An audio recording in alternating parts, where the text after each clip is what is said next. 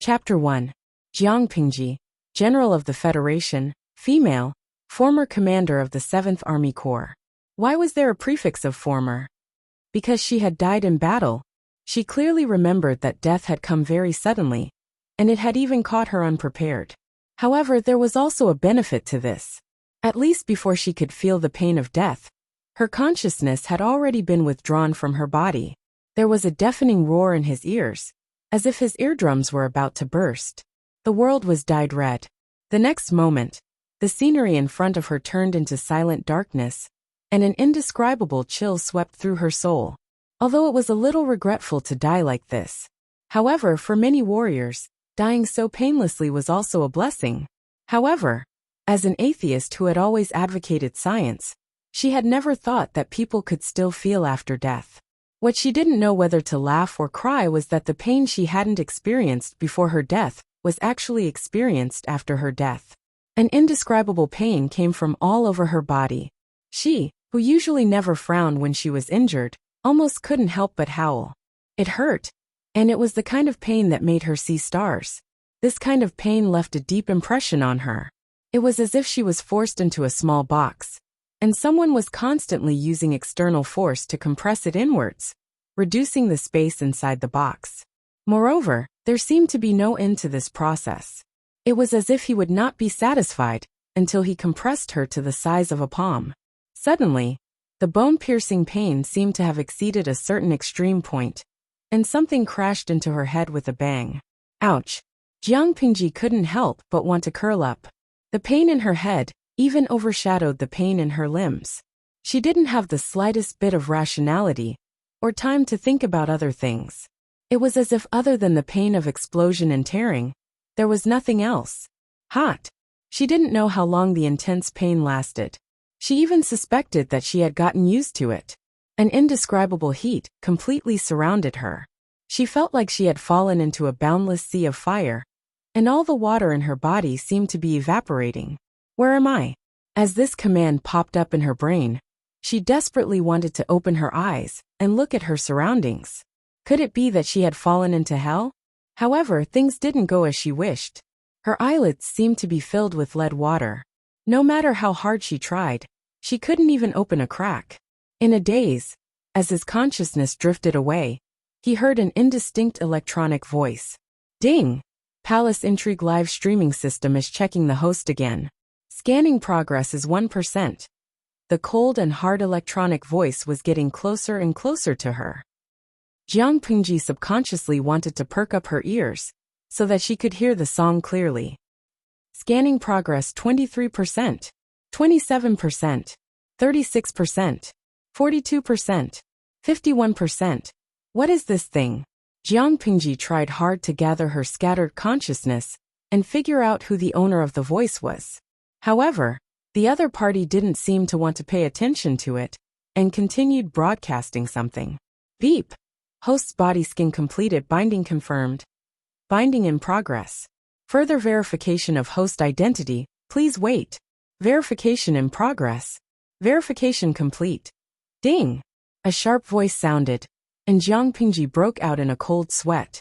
She felt as if her brain had been stuffed with a cloud of black fog. She wanted to think, but she couldn't think of anything. The strange electronic voice was still broadcasting at a steady pace. Name, Jiang Pingji. Gender, female. Age, 41. Origin unknown tentative. Specialties, wrestling tentative. Analysis tentative. Other abilities tentative. Attributes, unknown tentative. Jiang Pingji's consciousness became clearer when she heard her name and age. The voice in her ears didn't seem so ethereal anymore. Beginning soul fusion. Fusion rate 1%. Beep. Insufficient points. Final fusion rate 3%. System. Palace Intrigue live streaming attendant 007 is at your service, Jiang Pingji Blue Lanting. After that, the voice fell silent again. It was as if it had never been there. Before she could think further, something like a gust of wind brushed past her face, and her scattered senses gathered around her again. Vaguely, she felt as if the ground was shaking, and as time went by, the tremors grew stronger. Creak, creak, creak. She heard the sound of wood scraping against each other, followed by suppressed sobs. Someone's there? She tried to open her eyes, but the darkness in front of her slowly turned into a blur. However, it took too much energy, so she did not maintain it for long. Her eyelids closed again. Brother Lanting. Brother Lanting. Wake up. Wake up. Look at me. Jiang Pingji thought it had nothing to do with her, but she did not expect the owner of the voice to be crying and shaking her shoulders. Her drowsy mind was on the verge of exploding. She said weakly, Don't shake me. My head is dizzy. It's so uncomfortable. Perhaps it was because her voice was so soft that only she could hear it. But the person who was crying and shaking her did not stop. Finally, Jiang Pingji raised her hands to brush away the sinful hands, but her arms weighed 1,000 pounds. Even moving a finger took all her energy. In the end, she simply gave up on this action. She adjusted her breathing while enduring the noisy sobbing in her ears. She could not stop or resist, so she could only endure it. Perhaps when she got used to it, she would not feel so uncomfortable anymore. It was obvious that Jiang Pingji was not the only one who found the crying annoying. The other person even expressed his disgust. These stinky women only know how to cry. It's annoying to hear. Bah. Swallowing hard, the rough-looking man driving the cart raised his whip and lashed the horses hard. The mountain road was rugged, and the carriage was on the verge of falling apart. His curses did not stop the crying in the carriage. Instead, it became louder because of fear. Annoyed, the rough man raised his whip and whipped the curtain of the carriage a few times. The string of beads and bells rang, and the noble lady inside was frightened. Cry again, and I'll whip you to death. There was more than one carriage racing on the mountain road. There were 2 other carriages running behind, and they were not far from each other. If the carriage was driven on an unfamiliar mountain road, it was very likely that the carriage would be destroyed and the passengers would die.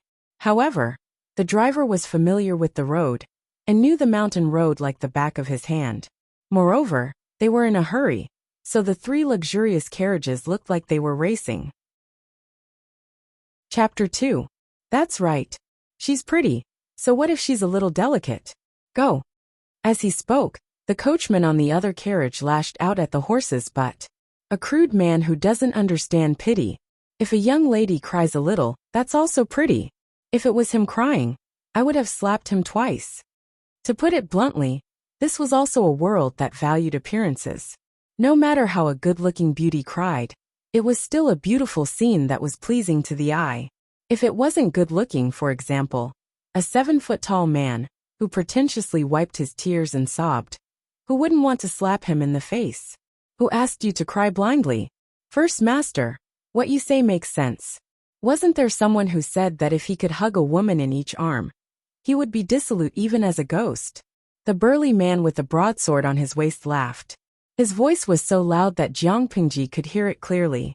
He said, We brothers don't have to die and become ghosts.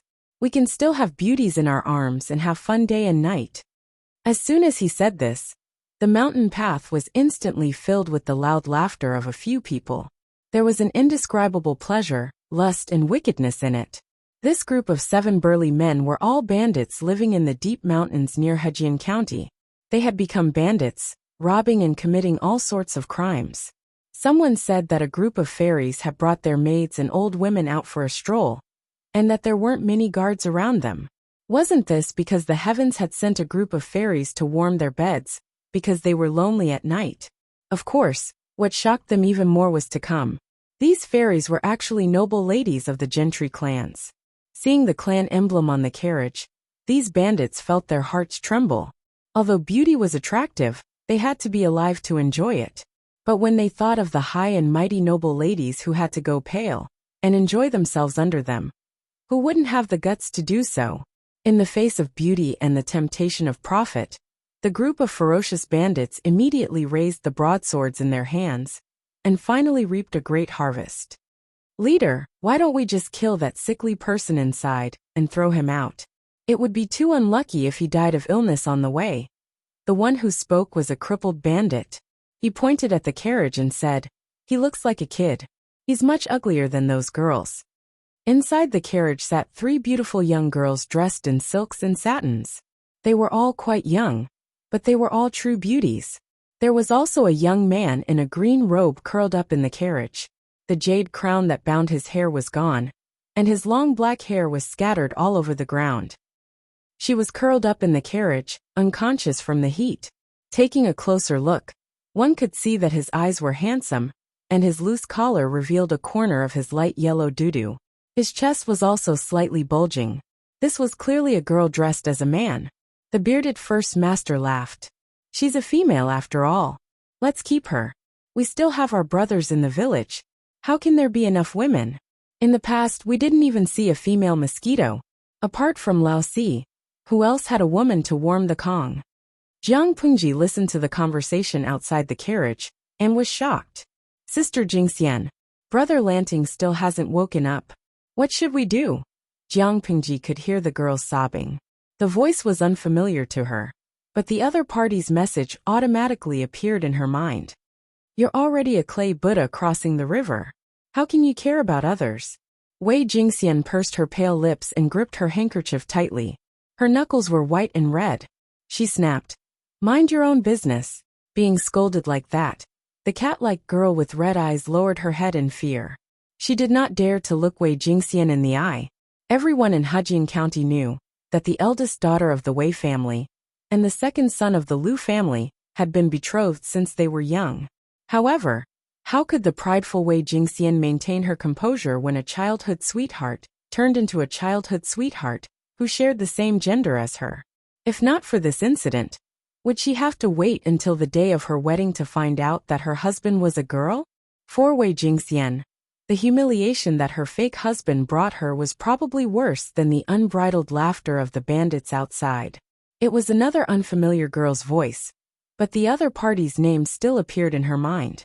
In a daze, Jiang Pengji thought that Wei Jingxian was her fiancé. Wait a minute. Her mind quivered, and she almost jumped in fright. Fiancé? What the hell? Jiang Pengji was almost scared to death by the information that appeared in her mind.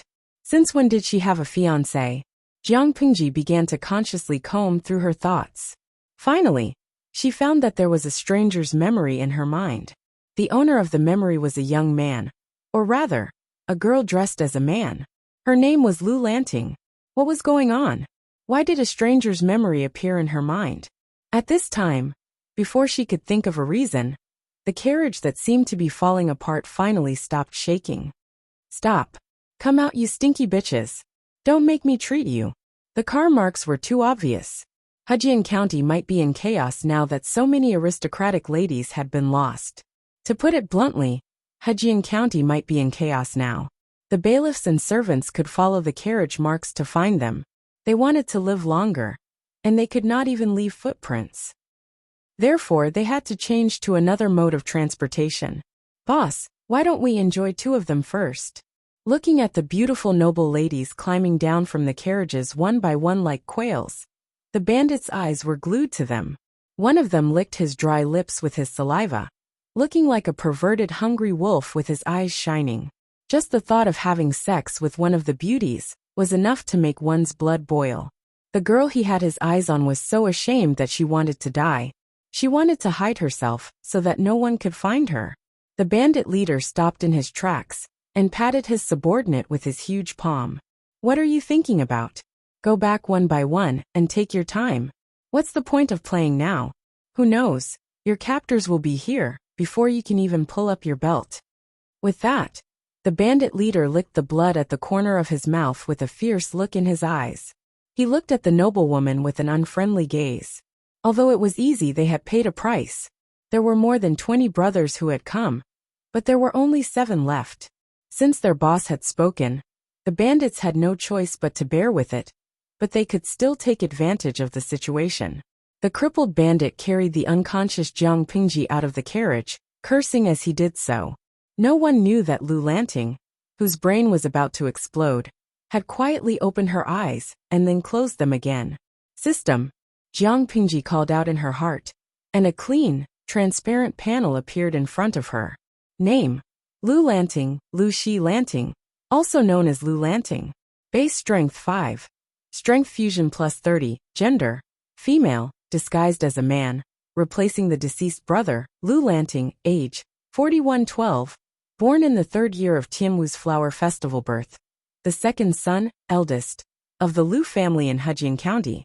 Fiancé, Wei Jingxian, the second daughter of the Wei family in Hejian County.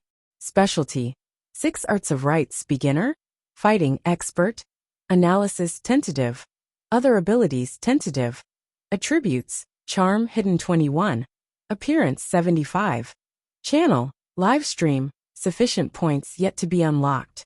Streamer level 1 as a woman from the future who had come from the information age. Jiang Pingji did not pay much attention to entertainment, but she knew that there was something extraordinary in her mind. Chapter 3. Jiang Pingji closed her eyes.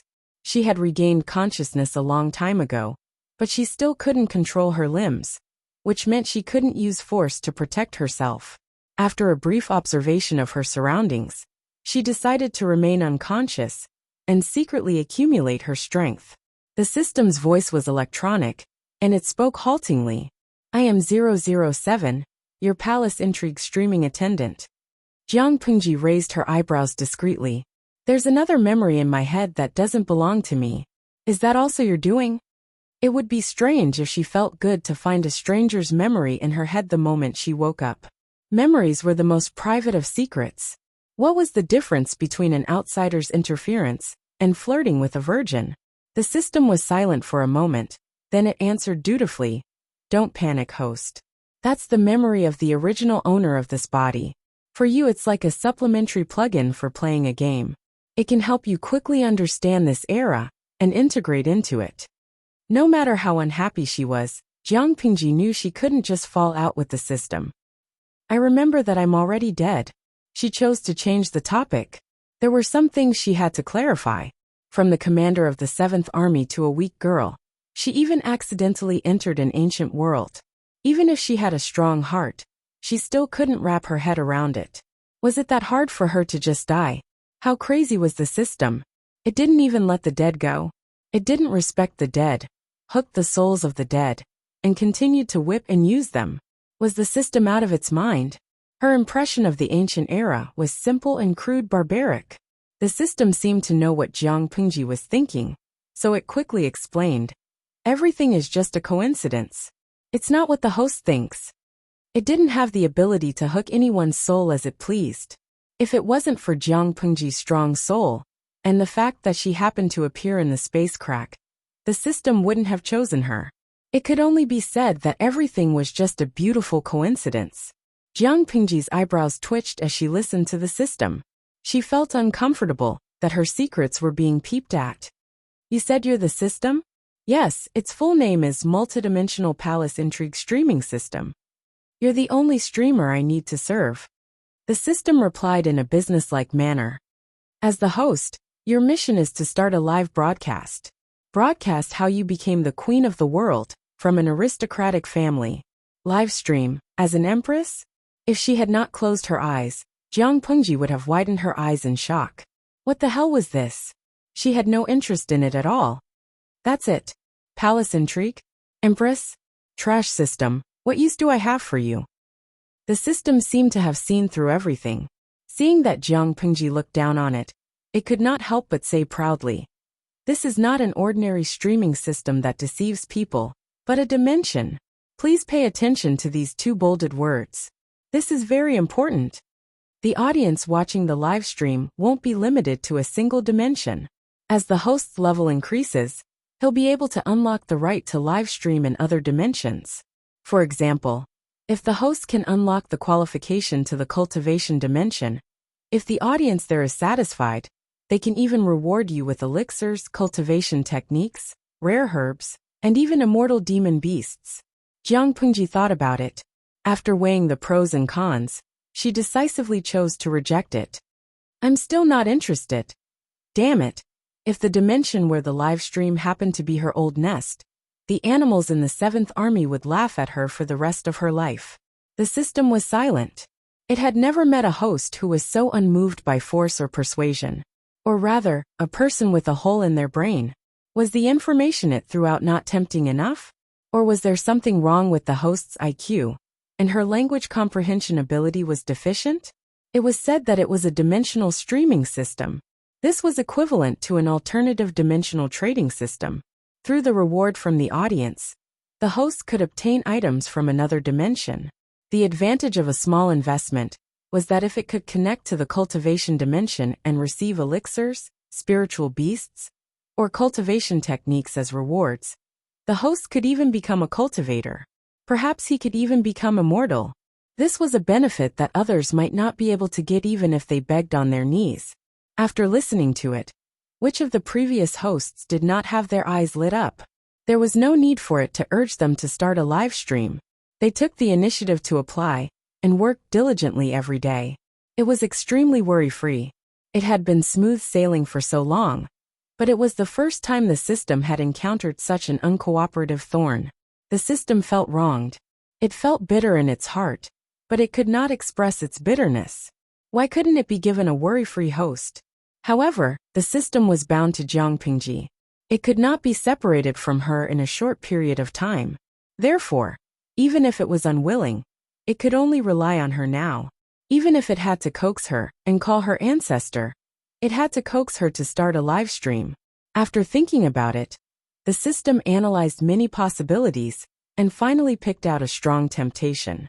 If the host is willing to start a live stream, I can help you get out of your current predicament. Not only that, if your streamer level reaches the top, you will even have a chance to make a wish. Jiang Pingji snorted coldly.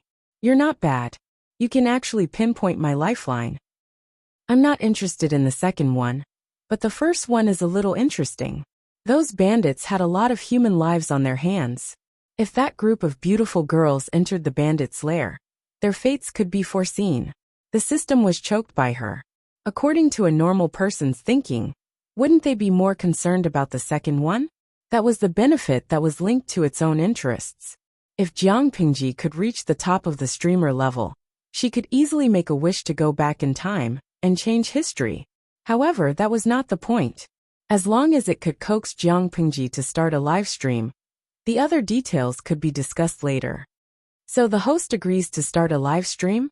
Jiang Pingji urged in her heart. I agree, but there is a condition. I want to recover quickly. I need the host's help. As long as I start a live stream, even if there is only one audience, I will have spare energy to help you recover quickly. Since it was a palace intrigue live stream, the source of its power was naturally related to the live stream. In fact, in order to send Jiang Pingji to this fresh body, the system had used up all its energy. Without a live stream, there would be no popularity.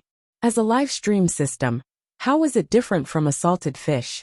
However, that was not a problem. If one had to invest now, there would be more popularity in the live stream in the future. Jiang Pingji did not trust the strange system that appeared out of nowhere. She maintained a distant attitude towards it, but the only thing that could help her now was this strange system. She took a deep breath and secretly prayed that the live stream would not lead to her hometown. That would be so embarrassing. Chapter 4. Jiang Pingji did not agree to the system's request for herself. She was used to seeing blood on the battlefield, and she no longer cared about life and death. The people who were supposed to be dead were still talking nonsense with the system. To her, every word she said was worth it. She did not mind dying, but she could not bear to see those beauties being humiliated. She had the ability to do so, but she did not save them. The system said, signing the host's contract. Searching for a connected dimension. Confirmed coordinates. Live broadcast begins. The transparent panel made a buzzing sound, and the loading button in the middle spun a few times. Suddenly, a full view of the live broadcast appeared. Through the screen, she saw her body being carried by a burly man and thrown to the ground with a thud. All the captured noble ladies were locked in this musty and smelly hut. After climbing a mountain for a while, these delicate noble ladies had suffered a lot. Now they lowered their heads in silence, listening to the bandits' obscene laughter. Everyone knew that once the bandits were done with them, they would not be able to escape the fate of being defiled. Jiang Pingji waited quietly, minute by minute, until a line of white words with a question mark floated across the screen. Finally, an audience member. System, she gritted her teeth. How dare they throw me? If I don't teach them a lesson, They'll think that I, Jiang Pingji, am a pushover. The system was trustworthy. After gaining some popularity, it immediately helped Jiang Pingji adapt to her new body. As for the rest, it could only say that it was powerless. To put it bluntly, there was not much the system could do. If Jiang Pingji could not save herself, the outcome would be the same. Of course, the system was very confident in Jiang Pingji. Not because of anything else, but because of the Force Fusion plus 30 attribute. The so-called Force Fusion was to digitize the soul's force when it was alive and integrate it into the current body. It was one of the host's advantages, winning at the starting line. It quietly glanced at Jiang Pingji's Force Fusion. It was only a pathetic 3%. But knock on the blackboard, there's an important point. The final increase in Force Fusion was 30 points. It was only 3%, but it could add 30 points to Force Fusion. The original owner of this body, Lu Lanting, only had a Force Fusion of 5. She was a real fighter. Therefore, the system could calculate Jiang Pingji's Force Fusion in her previous life. It was so high that it dared not look at it.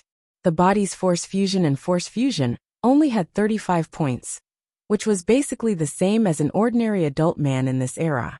If that was the case, it would seem that Jiang Pingji was in a very dangerous situation. Actually, Jiang Pingji had a high chance of winning. How could a woman with such force in her previous life not know how to fight? My dear friends, with a wealth of combat experience, wouldn't it be easy to beat up an adult man who was messy and disorganized? Although the first scene of the live broadcast was already bloody and unladylike. But, if the scene was a little more unique, perhaps it would attract more viewers? Jiang was and Force Queen, the queen was queen. It was quite efficient. Not long after, Jiang Pingji felt that the stiffness in her limbs had decreased by more than half. Although her flexibility was still worrying. But this was someone else's body, so she could not ask for too much. She moved a little, and the results were gratifying. She couldn't help but secretly sigh in relief. To avoid trouble, the bandits tied all the noble ladies up when they got off the carriages. Even the unconscious Jiang Pingji was no exception. She opened her eyes and sat up from the ground. She frowned and moved her wrist. The bunny girl was the first to notice Jiang Pingji's actions. She could not hide her joy and tears welled up in her round eyes. Brother Lanting, sister, you're finally awake. That's great. Jiang Pingji looked in the direction of the voice. According to Lu Lanting's memory, the girl in front of her was very close to her. Yes, I'm awake. She smiled at the girl reassuringly. She was never stingy when it came to beautiful women. However, the harmonious atmosphere was interrupted by a disharmonious voice. Wei Jingxian sat in the corner with her hands tied behind her back. She snorted coldly and said with a sharp tone, "Why did you wake up at a time like this? Even if he wakes up, he would still be a burden." If she remained unconscious, the bandits might feel disgusted and let her go for now. Maybe they would come to rescue her. Wei Jingxian pursed her lips stubbornly to hide her true emotions. But in the next second, she met Jiang Pingji's gaze. She could not help but blush. But very quickly, she reacted, and her face turned pale again. She snorted and turned her back to the wall. Out of sight, out of mind, out of mind. Jiang Pingji saw Wei Jingxian's reaction, and was intrigued. Wow, she's a proud classical beauty. Jiang Pingji's cuteness was on point. Jiang Pingji did not have many hobbies in her life, but there was one thing she could not bear to change. She was obsessed with beautiful women. At that moment, a white message with a string of question marks appeared on the screen. It was sent by the first audience member, who did not seem to understand what was going on. Perhaps the room full of Lolas was too beautiful, so the audience member stayed. The rabbit girl looked at Jiang Pingji hesitantly, then at the sulking and ignoring Wei Jingxian. She was caught between a rock and a hard place. At that moment, Jiang Pingji tried to twist her wrist. The rabbit girl saw her move and said sadly, "Brother Lanting, even though you're my sister, I'm still used to calling you that. Those bandits tied me up so tightly that I couldn't untie it." Jiang Pingji secretly rolled her eyes. If she could not even break free from such simple restraints, how could she be the leader of the 7th Division? It was just a simple training course, and even a child who had just started school could break free. However, she did not let go immediately. Instead, she chose to maintain her original state. Don't be afraid, Wan-er. Your brother is here.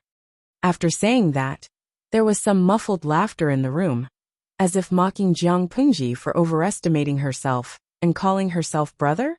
Jiang Pingji did not take it to heart. As one of the lambs waiting to be slaughtered, her words were laughable. However, Shangguan Wan, who was only 11 years old, was just a child who had just been weaned and needed to be comforted. But, I'm still scared, Sob. I'm scared. Shangguan Wan was a little girl who liked to show off. She was the eldest daughter of the Shangguan family and the treasure of the family. She had been pampered since she was young and had never suffered such grievances. For the poetry outing, she had specially styled her hair into a cute double-ringed bun. Now that her hair was messy, she looked very pitiful. Chapter 5. Not only was Shangguan Wan not comforted, but she cried even more pitifully. Low sneers and disdain came from the surroundings, mocking her for overestimating herself. Wasn't Lu Lanting a complete loser? If he really had the ability, how could he have been scared by the bandits to the point of having a fever that wouldn't subside? Jiang Pingji glanced at them and directly translated the inner thoughts of the noble ladies. She couldn't refute it. Who asked the original owner to be a fighter? Fighting 5 trash, no human rights. Calculating the time, Jiang Pingji estimated that the bandits would be wiped out soon. Jiang Pingji closed her eyes and thought of a plan. See, this is the inconvenience of not having enough strength. If she was still her old self, why would she need to use her brain?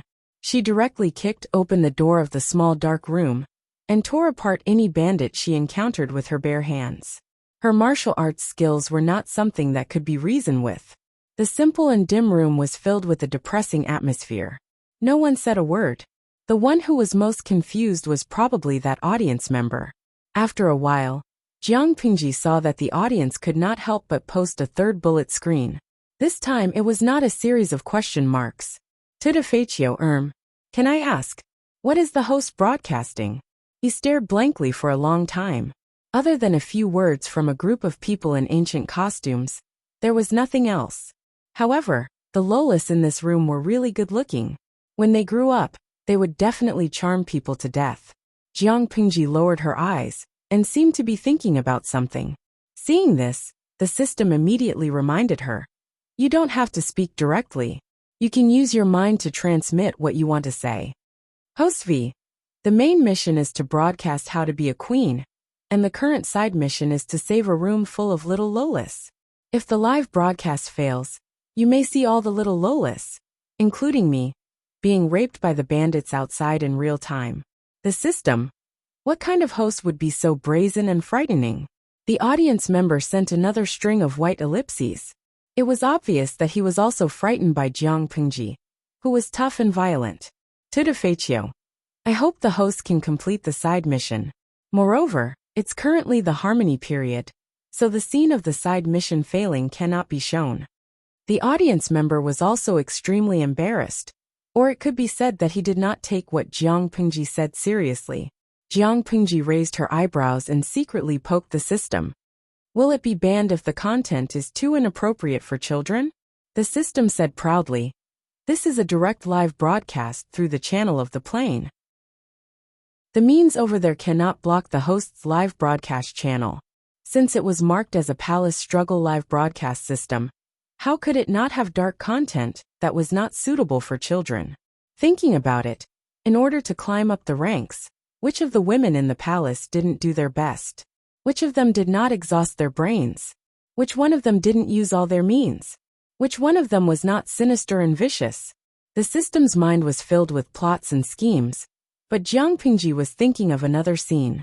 As someone who was used to seeing blood, she had a high degree of acceptance towards it. In her eyes, an ordinary scene might scare the audience on the other side of the live broadcast to tears, and it might even cause psychological trauma. As for the system's idea of broadcasting the internal fights, from the concubines to the empress, when did she agree to that? Previously, he had only promised the system to start a live broadcast. As for the content of the live broadcast, there was no specific scope. It was true that Jiang Pingji advocated force, But she was not a simple-minded person in the eyes of others. Only those who had stayed in the 7th Corps and deeply experienced Jiang Pingji's means would know that when she was evil, she could even do evil to herself. While they were talking, Jiang Pingji heard a burst of dense footsteps coming from afar. She secretly counted the number of people. TSK, more than half of the bandits in the village had come. The rest of the people were either standing guard, or were probably waiting. Would it be their turn to enjoy after everyone else had enjoyed them? The bandit who opened the door was naturally the head of the village, who was also the leader of the group of bandits. Ha ha ha. Everyone enjoyed themselves today. These are the most precious beauties in Hejian County. Normally, even beggars would be driven away by a single glance. The curly-bearded man laughed heartily. He casually pulled a noble lady's hair and pulled her into his embrace. The noble girl's shoulders shrank, and her body trembled like a sieve. Because her hair was pulled, her scalp hurt, but she did not dare to scream, lest she would suffer more humiliation. She could only bite her lips, and her face was full of horror and humiliation.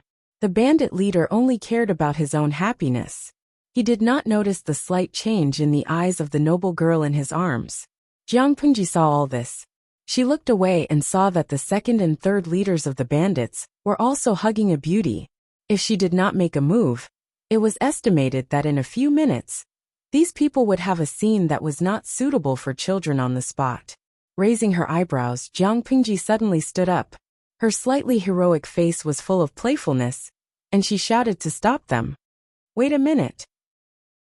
Her voice wasn't loud, but in the midst of the coarse male voices, this slightly heroic female voice was particularly conspicuous.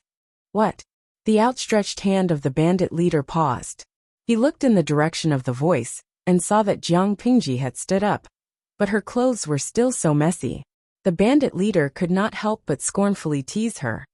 Could it be that you want to play with me on her behalf? At that moment, the girl who was being held hostage by the bandit leader had a pale face, and her eyes flashed with pain. Jiang Pingji looked the leader up and down, and suddenly said something shocking. Replace? Aren't you afraid that the wind will cut your tongue? If you dare to touch the one in your arms again, don't even think about knowing which little beast killed your sweetheart. As soon as the words came out, everyone was dumbfounded. Some were bandits who did not know the truth, and others were secretly determined to seek death, rather than live a life defiled by noble girls. For these noble girls, the interests of their families and their reputation were the most important, even more than their own lives. If these bandits succeeded, not only would they lose their chastity, but they would also have to give themselves to so many people. Not only would they lose face, but their families would also be humiliated. They could even guess that if this scandal were to spread, the unmarried girls in their families would also be despised. Only by mustering up the courage to commit suicide and preserve their chastity could one or two be saved. However, Jiang Pingji's actions attracted their attention, and they all forgot about seeking death. What? The noble girls looked at each other, not knowing what Jiang Pingji was trying to do. Hee hee, you stinky woman. What nonsense are you talking about? Our leader is wise and powerful. Who dares to touch his woman? A small bandit who did not understand but thought it was awesome chimed in and belittled Jiang Pingji, and at the same time, flattered the bandit leader. Chapter 6. What did you say?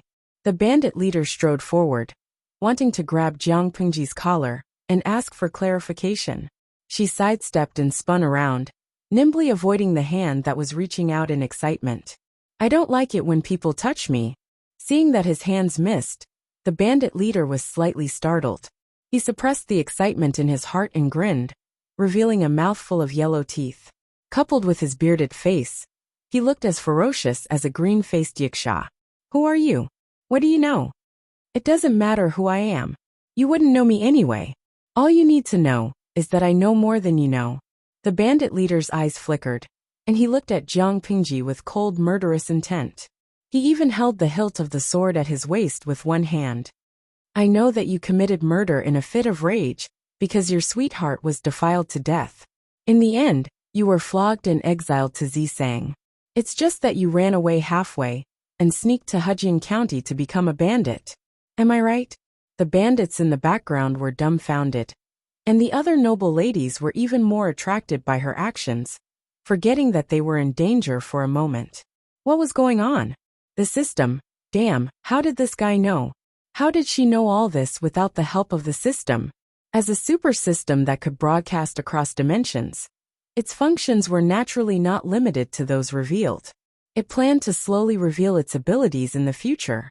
If Jiang Pingji wanted to know, she had to do a live broadcast obediently. She could not scold it every few days, and she could not threaten it by going on strike. It was like a fruit hanging on a pole, luring the hard-working donkey to keep chasing. Jiang Pingji could use money to buy information from it.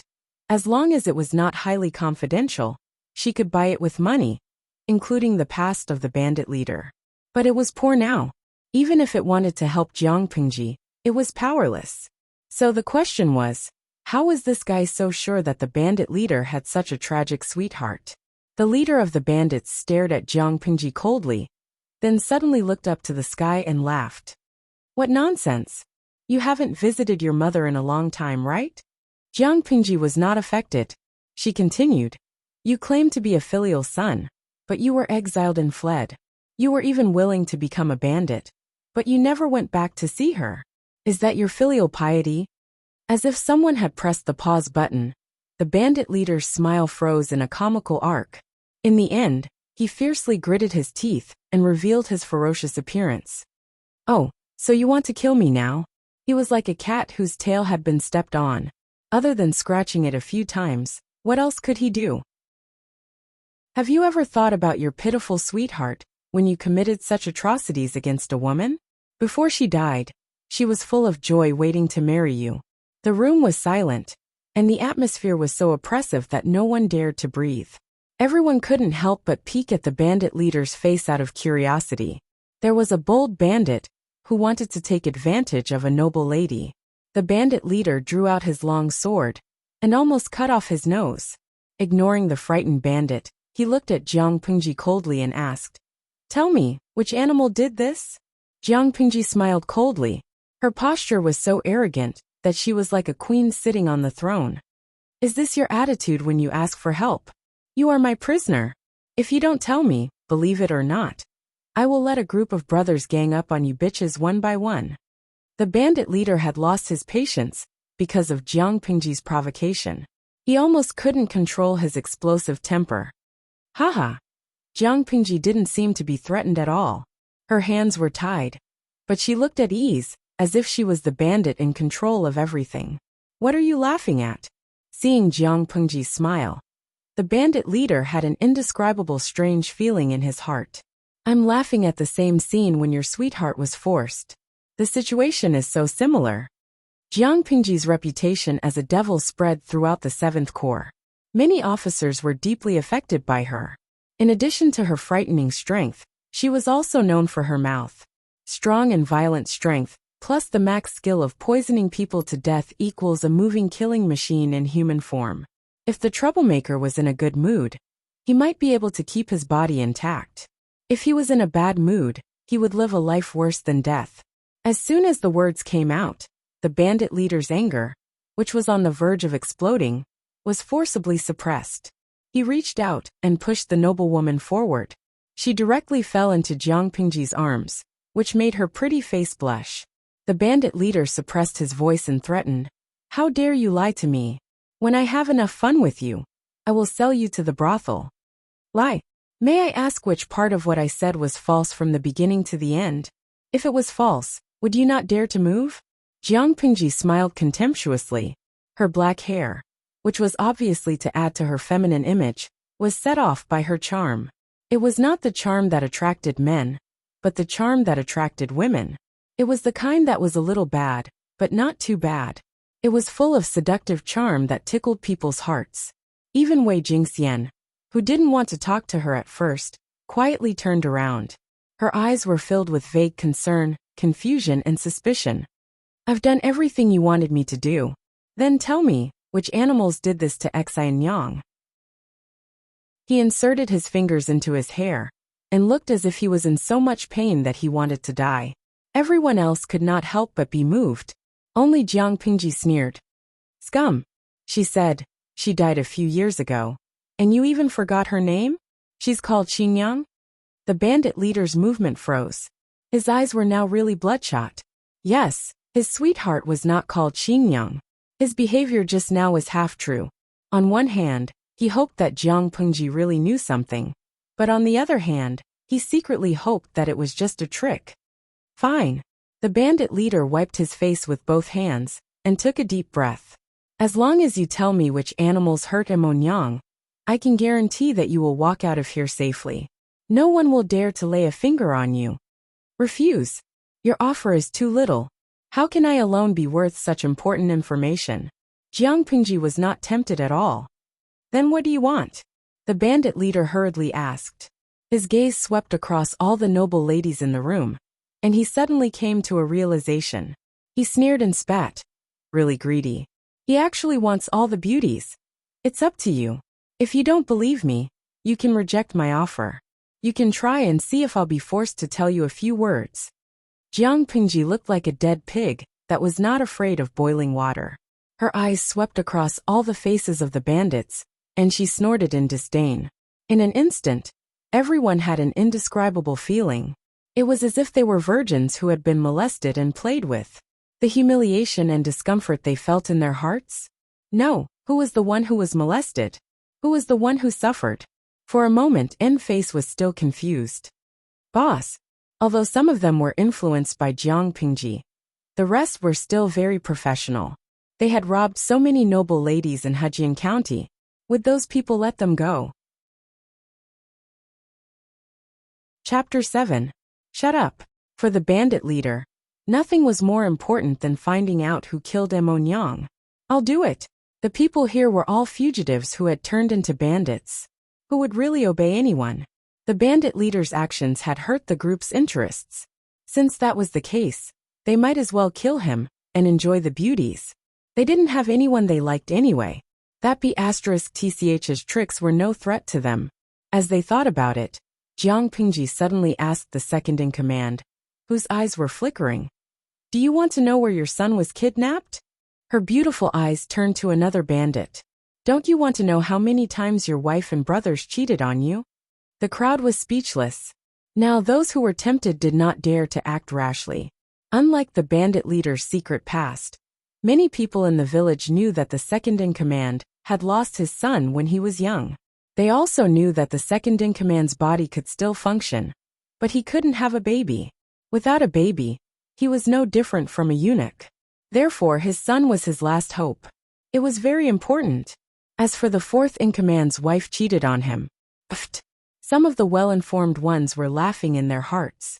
Apart from the blockheads and the fourth-in-command himself, the other brothers more or less knew about it. Not only that, some of them even went to visit. However, some of them laughed in their hearts, but soon they couldn't laugh anymore.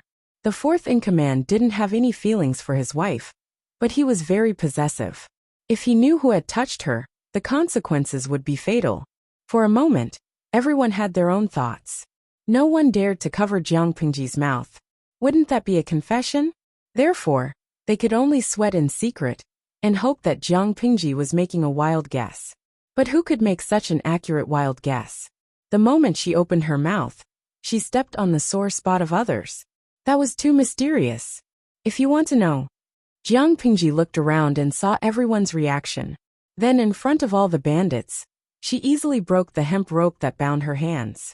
Suddenly, she smiled sweetly and said in a low voice, one by one, there's no hurry. Jiang Pengji was still young, but her eyes were clear. Even when she was surrounded by a group of people, she did not have stage fright. It could be seen that she had a card up her sleeve. Looking at her clothes, it was obvious that she was either a rich or noble young master, daughter of a noble family. How could she know about ordinary people like them in advance? Without the possibility of investigating in advance, she hit the nail on the head with every sentence. For a moment, the same thought appeared in everyone's mind. Could it be that she's also a godly diviner? Some people who had heard a lot of news couldn't help but think of Dongqing dynasty's famous iron-mouthed man, Master Yuanjing. It was said that not only was Master Yuanjing knowledgeable, But he was also well versed in the past and present. He could see through a person's identity and background with just a glance. With such a vague idea, there were naturally some bandits who were skeptical, including the two who were named. Or it could be said that they had no choice but to believe it, because Jiang Pengji directly stepped on their weaknesses and said nothing wrong. The second master missed his son so much that he was going crazy, and the fourth master could not tolerate any man touching his woman. At this point, the system vaguely guessed Jiang Pengji's real intention. She was not only buying time for herself, but also for the noble families who had been captured. At the same time, it was also the most vicious part of her plan, killing with a borrowed knife. The system almost burst into tears when it thought of that. With such a ferocious and powerful host, there was no need to worry about the throne of the empress. The noble ladies were all asked to leave the small dark room in a daze. The bandits were still drooling over them, but they did not make a move. Although he hated those gazes, compared to the previous embarrassing situation, it was much better now. Wei Jingxian secretly tugged on Jiang Pengji's sleeve, her eyes filled with suspicion and wariness. Jiang Pengji's heart skipped a beat. Is she starting to suspect me? She looked down and calmly met Wei Jingxian's gaze. I can protect Jing under the pear tree, and I can do the same now. Wei Jingxian was very naughty when she was young. She once avoided the servants and climbed up a pear tree. She could not get down and cried for a long time. In the end, it was Lu Lanting who found her and coaxed her to catch her.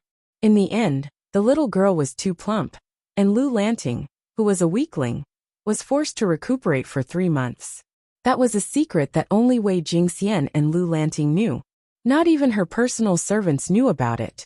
The wariness in Wei Jingxian's eyes faded, and she became more worried about Jiang Pengji. It's not as simple as climbing a pear tree. As long as it's related to Jing, I have to do it, no matter how hard it is, Jiang Pengji said solemnly. She raised her hand to tuck Wei Jingxian's messy hair behind her ear and straighten her crooked hairpin. A gentleman's promise is worth the weight of the 5 mountains. This is not sweet talk. Wei Jingxian blushed at the thoughtful gesture, but she felt terrible when she thought of Jiang Pengji's gender. Her feelings for Lu Lanting were not romantic, but they were still yearning for love. Lu Lanting was her fiancé, and the elders of both families thought highly of him. Wei Jingxian did not reject him. If they could get married, they would at least treat each other with respect. But now, everything was ruined. The image in her mind was a mockery of her. Now, how can you still be considered a gentleman? Jiang Pengji noticed that Wei Jingxian did not mean what she said. She smiled and said, If Jing says yes, then I am.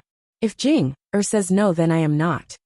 Wei Jingxian was embarrassed by his words.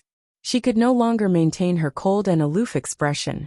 Could it be that after her identity was exposed, she was too lazy to keep up her facade? Don't worry. Jiang Pengji raised her hand to stop her. Her eyes were full of confidence.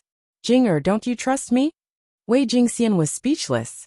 If Lu Lanting had not been frightened by the bandit's knife, she would have trusted Jiang Pengji a little. The bandit's stronghold was simple and shabby. There were only a few thatched huts of different sizes scattered around. If it weren't for the fact that the bandits were all tall, strong, ferocious, and had the air of bandits all over their faces that said, I'm not a good guy, one would have thought that this was a small, ordinary village hidden deep in the mountains. Jiang Pengji had the bandits' weakness. The first master, the second master, and the fourth master were all under her control. The other bandits did not dare to act rashly. Occasionally, they would sneak a peek at the noble women, but at the same time, they avoided Jiang Pengji's line of sight. After leaving the small, shabby hut, the bandits led them to a small hall with a simple signboard. I'll talk to you in private. Can we move to the back hall? Jiang Pengji stared at them with a faint smile. Some of you have a guilty conscience. If I say it in front of everyone, I'm afraid you'll jump up in anger and kill me. I don't mind blood. You guys are also rough men who are used to seeing the wind and waves. But who told you to have such a beautiful woman here? If you scare them, it'll be a sin. Jiang Pengji's gaze swept over the noble women one by one. Her gaze lingered on Wei Jingxian for a second. The girls were embarrassed, but none of them dared to make a sound. If someone else had said those words, they would have been ashamed to death. But Lu Lanting, she wasn't a man with a handle.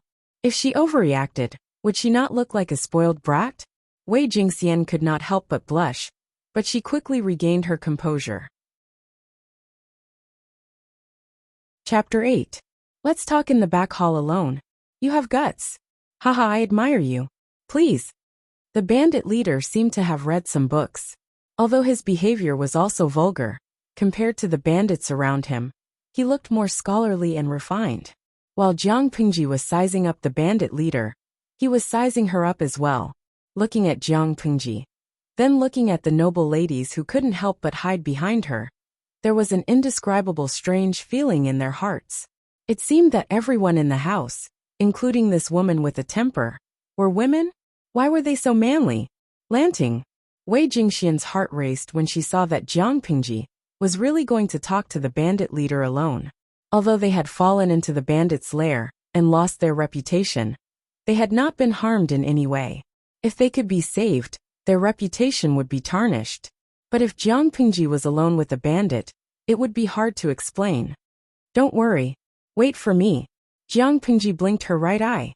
Her mischievous look made people's hearts skip a beat. The back hall was even simpler than the front hall. Jiang Pingji sat down on the main seat, crossed her long legs, and tilted her body. It was not an exaggeration to say that she was unrestrained and unrestrained. In the front, without Jiang Pingji's presence, the girls' days felt like years, and they were anxious. I don't feel safe leaving a bunch of girls in a wolf pack. Let's get straight to the point. I have to go back. Jiang Pingji said she was in a hurry, but it was hard to tell from her posture. I don't trust those scums out there. The bandit leader stood to the side, his eyes anxious. Emonyang was a thorn in his heart that he could not bear to pull out. Every day and night, he wanted to know who killed Emonyang. Jiang Pingji gave him hope, and he did not want to wait any longer. The murderer is right beside you. You just don't know it. Jiang Pingji had a teapot by her hand, but there was a black stain on the rim of the teacup. She glanced at it, and was not thirsty at all. The leader of the bandits was not completely brainless. Hearing Jiang Pingji's words, he became suspicious again. He felt that she was using someone else to do her dirty work. Being a bandit leader meant that he had some skills. However, he had met Jiang Pingji, so he was destined to die. She was the most venomous person in the 7th Division. She was a demon who could spill all the secrets they tried to hide with just one word. The thing that the officers under her were most afraid of was meeting her gaze. They always had the illusion that they were walking around naked. I know you have doubts. You think that I'm tricking you into killing each other. TSK, I'm only speaking my mind. It's up to you whether you believe me or not. Jiang Pingji snorted in her heart. This body was too weak for her.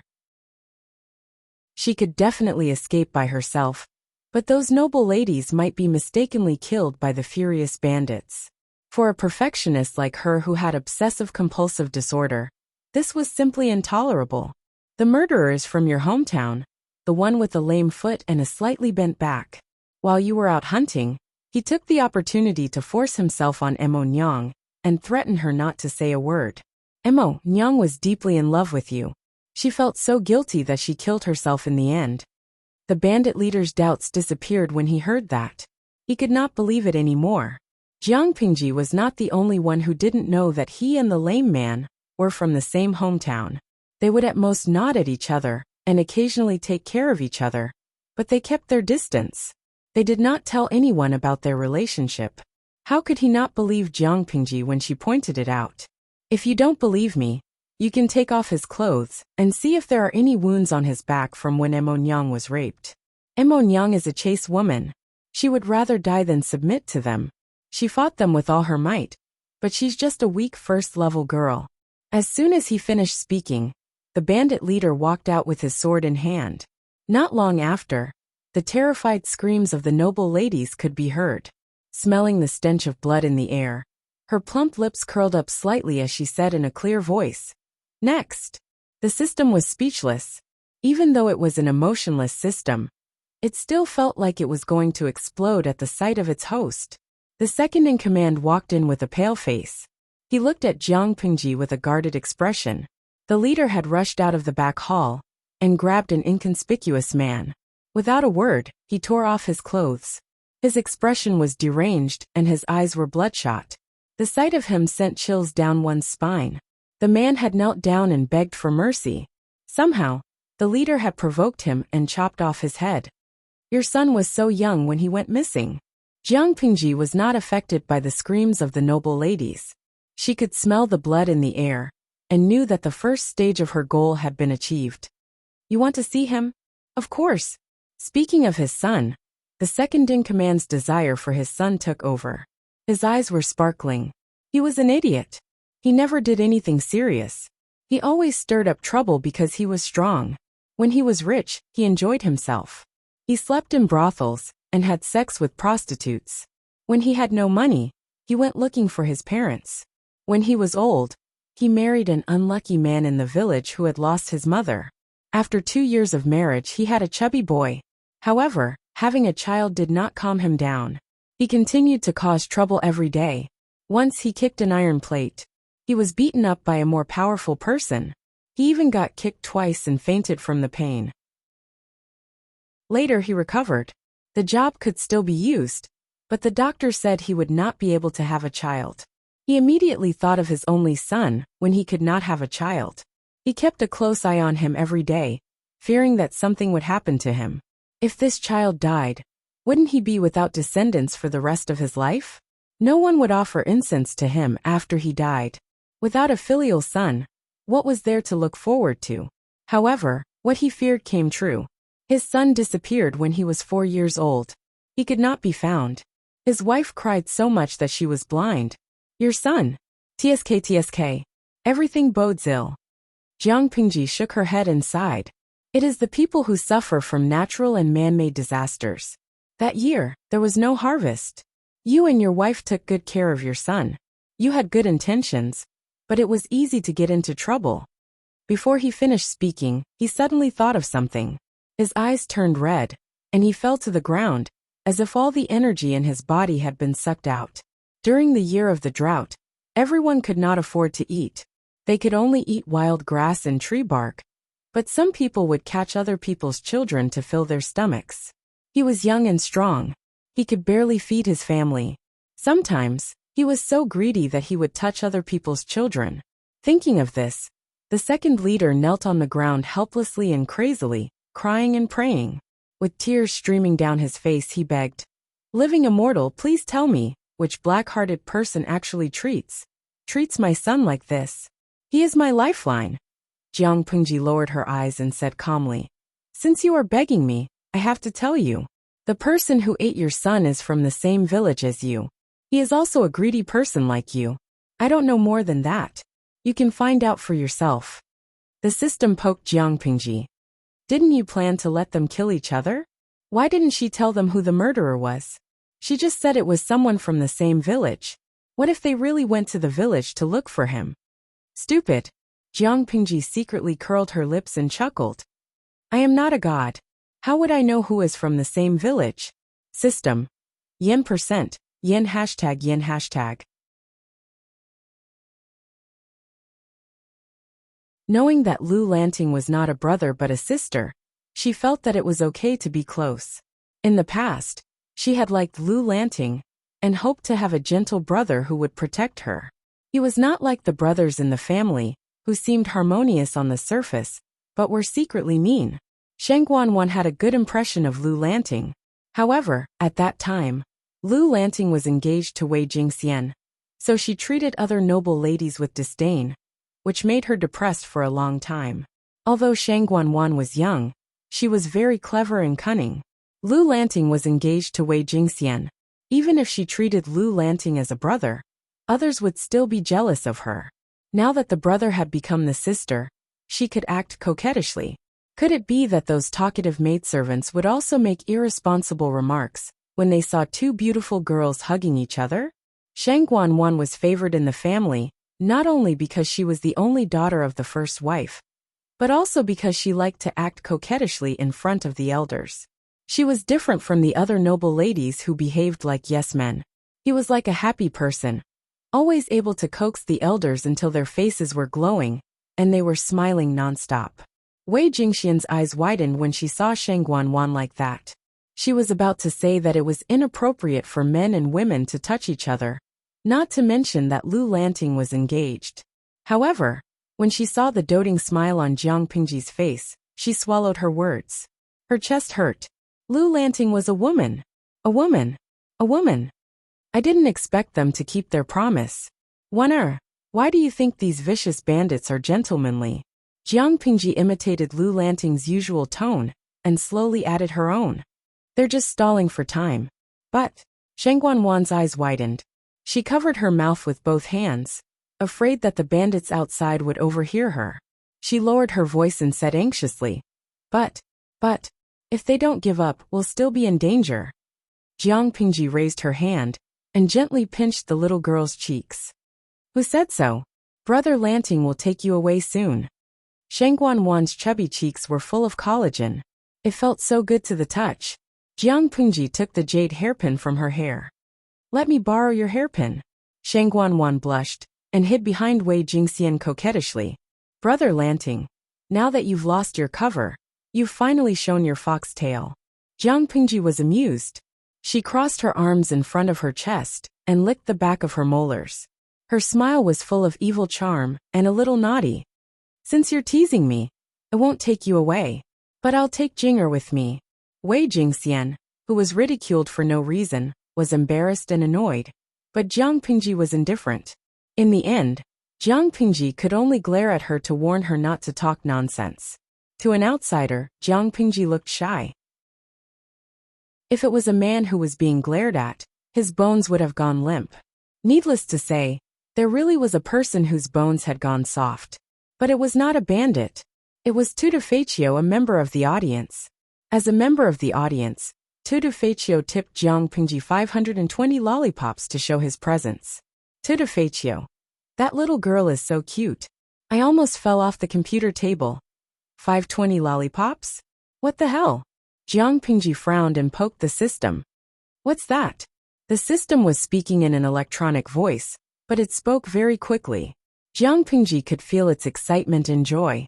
It was so excited that it was incoherent. Tipping. This is the first time you've tipped in your life. Remember to thank the audience for tipping. One audience member only had one popularity point, and they could only accumulate it once a day.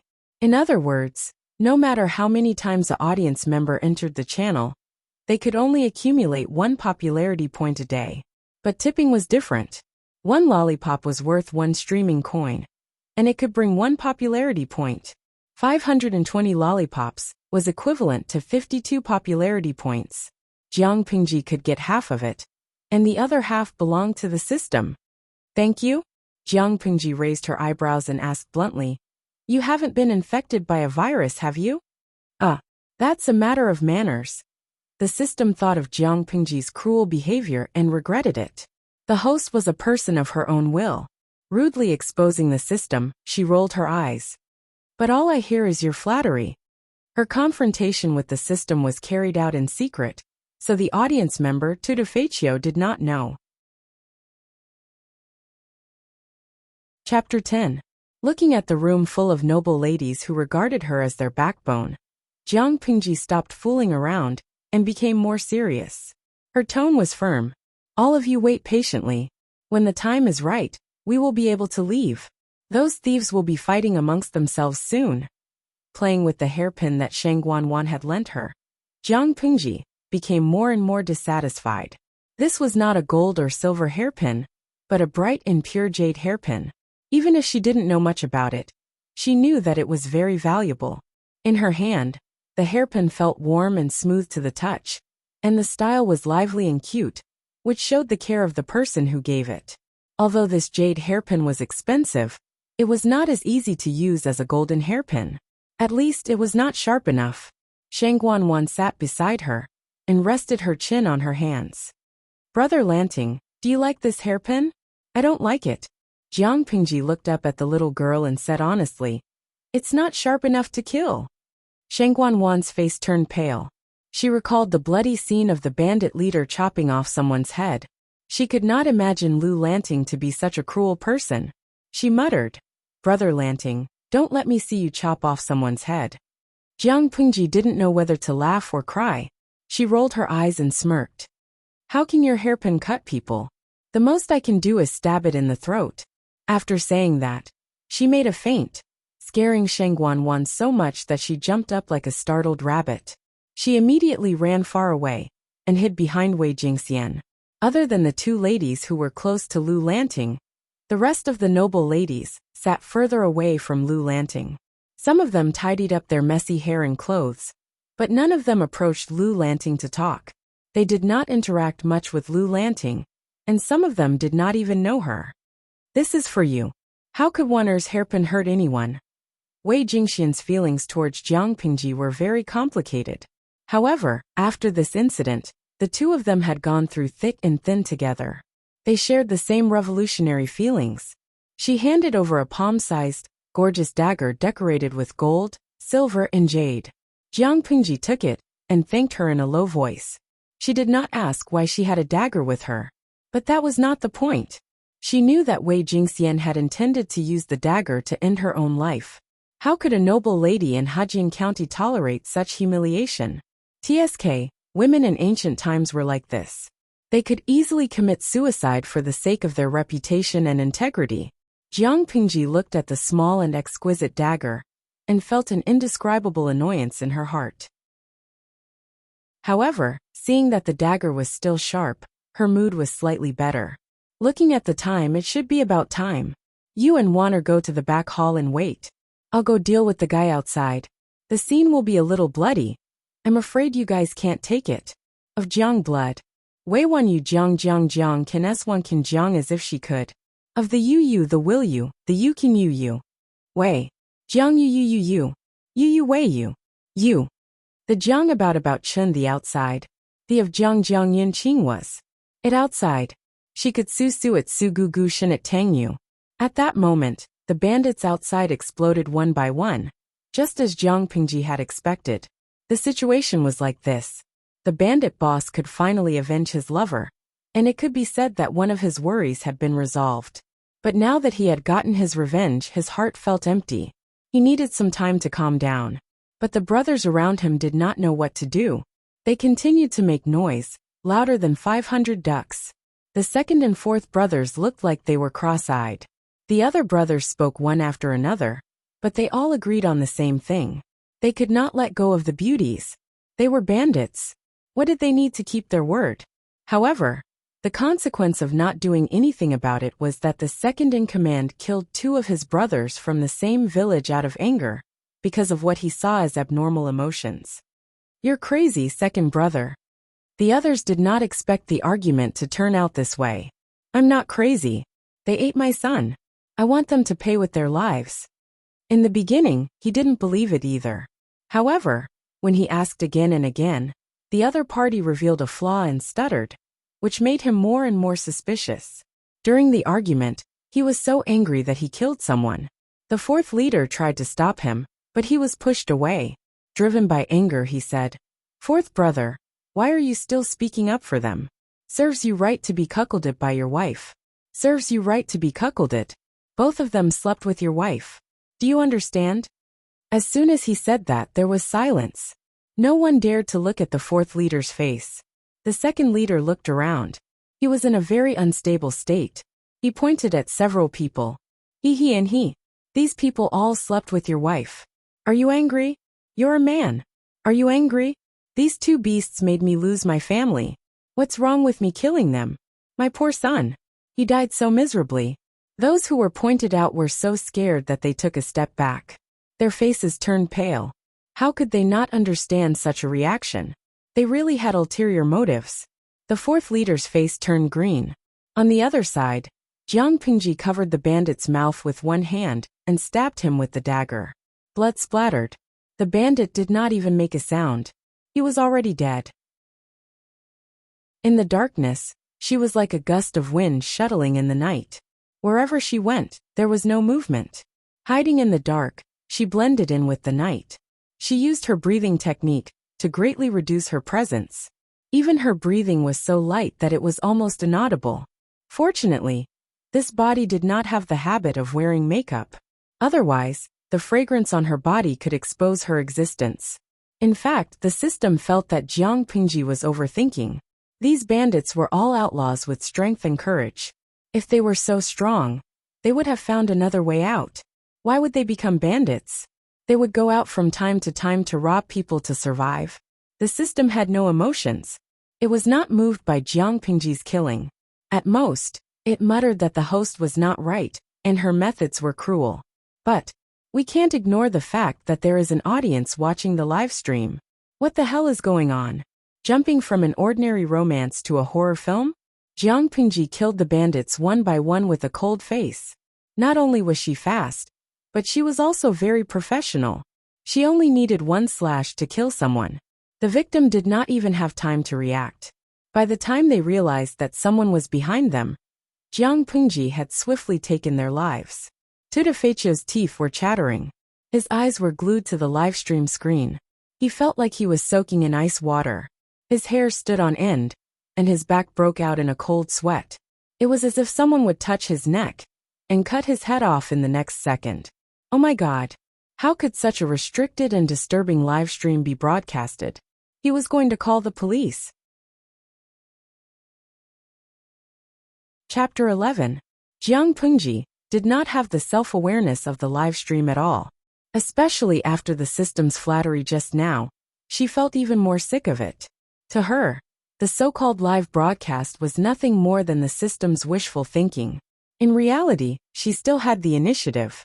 The live broadcast was just like that. If there were people who came, they would watch. If there were no people, they would just leave it on. She was used to being the commander of the 7th Division. Now, she had to go against her will and ask someone for a reward?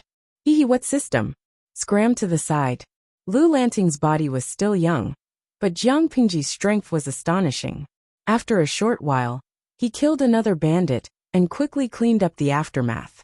The force of the blood that spurted out was not light, and it was easy to make a sound. If she was not careful, her position would be exposed. Moreover, if there was too much blood, the smell of blood would be strong within a certain range, and it would be difficult to disperse in a short period of time. If it attracted bandits, then all her efforts would be in vain. Jiang Pingji thought about it calmly, and quickly tied a knot in the cloth. Then she hid the bandit's body in the shadows. She had torn her outer robe and cloak into strips just for this moment. Soon, apart from the gangsters she had killed, there were very few left. Coldly looking at the few candles in the bandits' village, Jiang Pingji's plump lips curled into a smile that was full of blood. Under the moonlight, the dagger that had seen blood looked cold, and the faint smell of blood lingered around it. Like Jiang Pingji in her green robes, Lu Lanting's body was gentle and harmless, but her aura made her look like a demon from hell. The system laughed awkwardly. Host, what did you do before? With this kind of strength, he should be partnered with the world-conquering system. He could reach the pinnacle of life in minutes. I thought you knew everything. As for me, my previous profession was naturally a professional killer. As soon as he said that, Tudafecho and the system, who were scared to death but still couldn't help but watch, felt a chill run down their spines. With a squeak, Jiang Pingji pushed open the half-closed door with one hand. The thick stench of blood wafted out of the house, and corpses were strewn all over the place. She didn't even look at it. She stepped over the broken arm under her feet, and the soles of her shoes were full of warm blood. As she walked closer step by step, she left behind a trail of bloody footprints. Looks like you're even dumber than I thought. Inside the room, the bandits, who had suffered heavy injuries on both sides, were lying on tables or chairs, looking battered and exhausted. The few leaders were still alive. When he raised the broadsword in his hand, violent emotions dominated his mind, and he couldn't stop killing. The 4th leader was the craziest. He was so angry that he wanted to chop those who had cuckolded him. The 2nd leader didn't care. The others wanted to stop him. Later on, he accidentally hurt himself. He was originally not angry, but now he became angry. He spoke without thinking and exposed many scandals, dragging the 2nd master down with him. In the end, it was what Jiang Pingji saw. The group of people no longer had the strength to continue fighting. While they were on guard against the enemy's sneak attacks, they were also panting to recover their strength. When the door opened and the cold night wind blew into the room, everyone shivered. Their frenzied and furious minds calmed down quite a bit. He thought it was the first master, but Jiang Pingji's voice rang out instead. They all turned their heads to look, and their faces turned pale. Just based on what she said, these people looked at the scene around them and immediately understood that they had been tricked. The bandit leaning on the chair glared angrily, and he wanted to kill someone. You use sinister B***tch. How rude. Jiang Pingji finished off the bandit with a knife. As she pulled out the knife, she twisted her wrist and used her strength to shoot the dagger straight into the neck of another bandit who wanted to call for help. Then there was a thud. The dagger went through his neck and was directly nailed to the wooden pillar behind him. Even if it was a bandit with his limbs intact, she could easily deal with him, let alone a few guys who were struggling at death's door. Jiang Pingji looked at the only two survivors in the room. They were already scared out of their wits. They cried for help while shaking their heads and crawling backwards. He was too scared.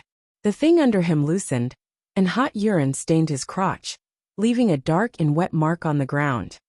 Don't. I beg you. Don't kill me. I don't want to die. I really don't want to die. I was wrong. Please. With a desperate cry, the bandit thought that Jiang Pingji was the black and white impermanence who chased after him. Apologize?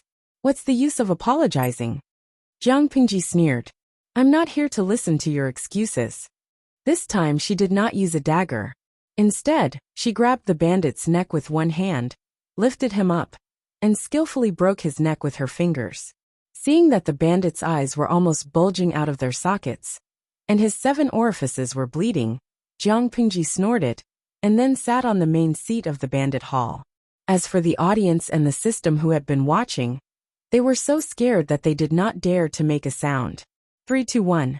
Jiang Pingji said in her heart. The heavy and messy footsteps were getting closer and closer. The bandit boss rushed in, and was shocked by the dead people in the room. He looked at Jiang Pingji's cold eyes and saw her playing with a dagger. Her body was lying on the main seat covered with animal skin. Do you know what I hate the most? Kidnapping. You should be aware of this when you fall into my hands. You. The bandit boss looked at the corpses in the room incredulously, especially when he saw a few of them died miserably. He could not help but take a few steps back, as if he had been hit by a big hammer. You lied to me? TSK. It sounded like she was the main heroine who was fooled by a scumbag. Her brain had crashed for a long time before she realized that she had been fooled. Jiang Pingji smiled but did not say anything. The bandit boss's brain quickly restarted. With a swish, he pulled out the knife from his waist. The muscles on his arms were bulging, and the veins on his face were popping. Obviously, he was extremely angry. Everything in front of him was scarlet. He could not vent his anger without killing Jiang Pingji. Brains are a good thing. I hope you will have one in your next life. Jiang Pingji easily dodged the attack. The corners of her green clothes flew and danced with her movements. There was an indescribable beauty to it. She bent her elbow and hit his ribs. The bandit boss instantly felt that half of his body was numb, and he could not feel anything. After that, the surroundings became silent. The only thing that could be heard was the muffled sound of hitting, accompanied by the crisp sound of bones cracking. Jiang Pingji looked refreshed. She stepped on the bandit boss's chest and said condescendingly, "Lie down." The bandit boss tried his best to raise his head. Hot blood kept flowing out of his throat and dyed half of his face red.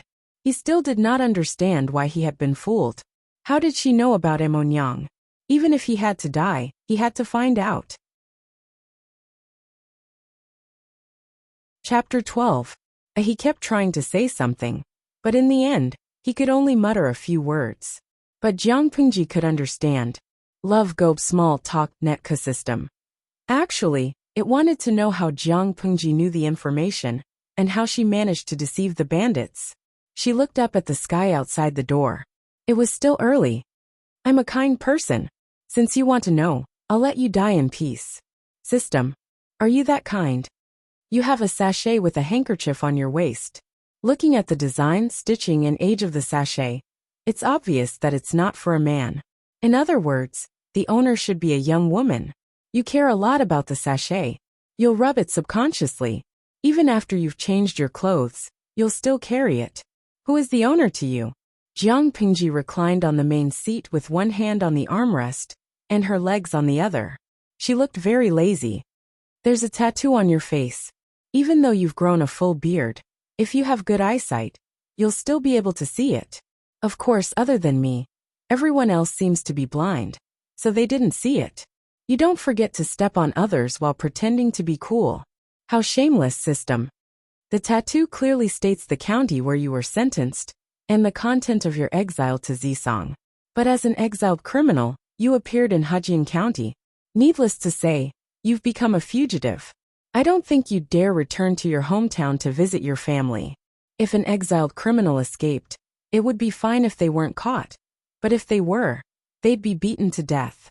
Taking a deep breath, she continued unhurriedly. The way you looked at the sachet was very painful, but also very reluctant and regretful. So I boldly assumed that the woman was already dead, and the cause of her death was not normal. After a bit of deception, it was indeed so. System. No. Mo Nyang could have died under other circumstances. Jiang Pingji secretly rolled her eyes and said to it, when a person has a very deep impression and emotion about a certain behavior, his breath and expression will change when the same thing happens. This is a reflexive psychological reaction. Therefore, when the noble ladies were pulled out of the carriage, and a bandit said he wanted to have a go at them on the spot, the bandit leader reacted that way. The system said, who would even think about that? As for your fellow countrymen, Jiang Pingji grinned, revealing a row of white teeth, as if she was amused. When I mentioned the cause of Mo Nyang's death, and that I knew who the murderer was, his reaction told me that he was guilty. It's a kind of fear that someone will find out the truth. Under what circumstances would one have such a reaction? He might not be the murderer, but he must know how Mo Nyang died, and who killed her. He must be a witness and an insider, but he doesn't dare to tell you, because of his guilty conscience. When the bandit boss interrogated him, as long as the cripple showed even the slightest hint of panic, he would be labeled as Mo Nyang's murderer. Even if it wasn't sh*t, it was still sh*t. Based on the bandit leader's reaction when he mentioned Mo Nyang, Jiang Pingji believed that he would not give the cripple any time to explain. As long as he killed the cripple on impulse, the case would be sealed. As for how I know there's evidence on the cripple's back, it's because his clothes are disheveled, and I can see his old scars. Unfortunately, he was the one who carried Jiang Pingji down from the carriage, so it was not difficult to spot the scars. Scratches or scars left by sharp weapons on his back can be easily assumed to have been left behind after the battle. But that's only possible if the battle was intense. She did not know when the cripple got those scars, but it gave her an opportunity to make a fuss. How could Jiang Pingji be labeled as a cruel demon by the soldiers of the 7th Army? Other than her strength, it was also because of her mouth. No one wanted to walk around in front of their superior and have them know what they ate and drank in the morning, whether they slept alone the night before, whether they had any weird habits when they slept, whether they cheated on someone. Just thinking about it made them wish they were dead. Because of Jiang Pingji's cruelty, the soldiers of the 7th Army, from the officers to the soldiers, always had the best hygiene and appearance. As for the second leader's son, when you brought him here, I saw a row of children's shoes drying in front of a thatched hut. Jiang Pingji gestured and continued, the size of the shoes should be that of a 4 or 5-year-old child. One of the shoes was very old, but it was washed clean. The soles were worn, which meant that someone had worn them before. The rest of the shoes were new and smooth, without any traces of wear. Jiang Pingji was amused. She laughed and said, your second leader was drooling over women, but he still remembered to take those shoes back. TSK. There must be a reason. That's why I think he had a son, but he's dead. It was possible that he had been kidnapped and sold, or that he had been taken away by a wild beast. However, since Jiang Pingji wanted them to kill each other, she had to choose the most tragic way. The more the 4th leader loved his son, the more tragic his son's death was, and the harder it was for him to control his emotions. In Lu Lanting's memory, there had been 2 years of drought, so she decided to use the reason of the son's death as food. It was a provocative enough reason. After confirming that, it was up to her how she wanted to bullshit. Regardless of whether her speculation was correct or not, she had to look confident. She had to make people believe that she was telling the truth. Not only that, but the reaction of the person in question would also help her speculate and make her story as close to the truth as possible. When the leader of the bandits said that his lover was Xin Yang, his breathing did not change much, so Jiang Pingji knew that he was lying. She tested him, and sure enough it was true. From this, it could be seen how good Jiang Pingji's lying skills were. She felt so comfortable that she changed her position and continued to lie down. She even stretched and yawned. It's even simpler for the fourth leader. There are traces of a woman living in this village. Among all the bandits, only the fourth leader is well-dressed, or rather, has a woman taking care of him. However, due to his passion for sex, his relationship with that woman is worrying. As for why I think that the woman might have an affair with another man, Jiang Pingji shrugged. The first thing she said was dirty and violent, but she had no self-awareness. First of all, this is a bandit's den. A group of hot-blooded adult men gather together. They have no morals, worldviews, or values. There is a shortage of women. What do you do when you need them? Do you do it yourself, or do you help each other? Under these circumstances, the fourth leader has a woman to take care of him, and the atmosphere in the bandit's den is strangely harmonious. System. Host, I think your values are worrying, and you need to be saved by a harem. Why don't you find an emperor and have some fun? Jiang Pingji only had one word to say to the system. Get lost. Chapter 13. We provide you with wonderful novels to read. As the saying goes, dumplings are the best, and sisters-in-law are the most fun. It was normal for those people to target the fourth master's wife. She didn't think that such a thing wouldn't happen when the fourth master was not around. Therefore, Jiang Pingji dared to test the waters. Sure enough, a few people's expressions changed subtly. She memorized all of their characteristics and thus had evidence. According to her observation, the fourth master was quite explosive, and he might have a habit of violence against women. Men, especially men from this kind of place, were sometimes quite complicated. They coveted other people's women, but they also kept a close eye on their own women.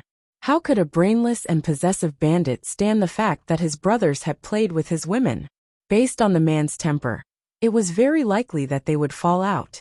In conclusion, impulsiveness was the devil. If one went out without a brain, it was best to remember to control his temper. All right, I'm done. You can rest in peace and go to hell to meet your bandit brothers. Let's have a family reunion. System. You're so kind that you're willing to waste time to let him die in peace, Jiang Pingji. You're wrong. I'm wasting time to let him understand how he died of stupidity. System. F***CK, he might as well die in peace. System. Host. Are you sure you don't want to find a domineering emperor and have a pure love to save your worldview? She used all the information she could, whether it was deliberately luring people or fooling them. Her goal was very clear. Jiang Pingji's actions from the beginning to the end showed that she had been planning the annihilation of the bandit village since she woke up. Even though they had only worked together for half a day, it was still a little worried about the host. If you keep talking, I'll kill an emperor for you to see. Jiang Pingji frowned impatiently. She was annoyed that there was an uncontrollable noisy sparrow in her head. The system immediately became quiet. At that moment, Tutor Feichio, the only spectator who had been silent for a long time, silently sent a bullet screen. Tutor Feichio. Host, won't it be easy to get out of hand? Jiang Pingji's words could not stand up to scrutiny if she tried to reason it out carefully. If she accidentally went overboard, she would be in deep trouble. But when he thought about the streamer who was live streaming murder, his hands began to tremble uncontrollably. Host V. This kind of reasoning is a bold speculation, but it needs to be verified carefully. Rather than saying that I had deduced it, it would be better to say that those idiots had said it themselves. As for whether he would go overboard, otherwise, it would be too boring to be 100% correct. Every time, it was like walking on a tightrope. The excitement of falling from heaven to hell with a single misstep was intoxicating. Host V. If you want to deceive your opponent, you have to first deceive yourself. Make people believe that every word you say is as real as gold and silver. Because while you were observing them, they were also observing you. If he was careless, he would be tricked. Jiang Pingji had once met a partner who also liked this kind of evil deduction game. That was the only time she had failed, and then she was tricked by the other party. Later on, she learned her lesson and reflected seriously before she found the cause of her failure. The system. It felt like it had accidentally chosen a psychopathic host. Was she really suited for palace intrigue? Tudefacio, caught off guard. He felt like he had been taught a lesson by an experienced criminal. With one last stab, Jiang Pingji stepped out of the bloody house. Next, she had more important things to do. You, Lu Shi, what are you trying to do? A group of noble ladies waited anxiously in the back hall. Wei Jingxian and Shengguan Wan were the closest, and they comforted each other as they waited anxiously. Other than the howling of the wind, there was no other sound outside. Not even the footsteps of the bandits and their obscene words could be heard. But they did not dare to go out. Other than enduring the sleepiness, they did not dare to do anything else. It was only when Lu Lanting came to them like a savior and told them that they were safe that they heaved a sigh of relief. However, before they could cry tears of joy, Lu Lanting suggested that they wait somewhere else. It's a little crowded here. Let's go to a bigger place. We've been on tenterhooks all day.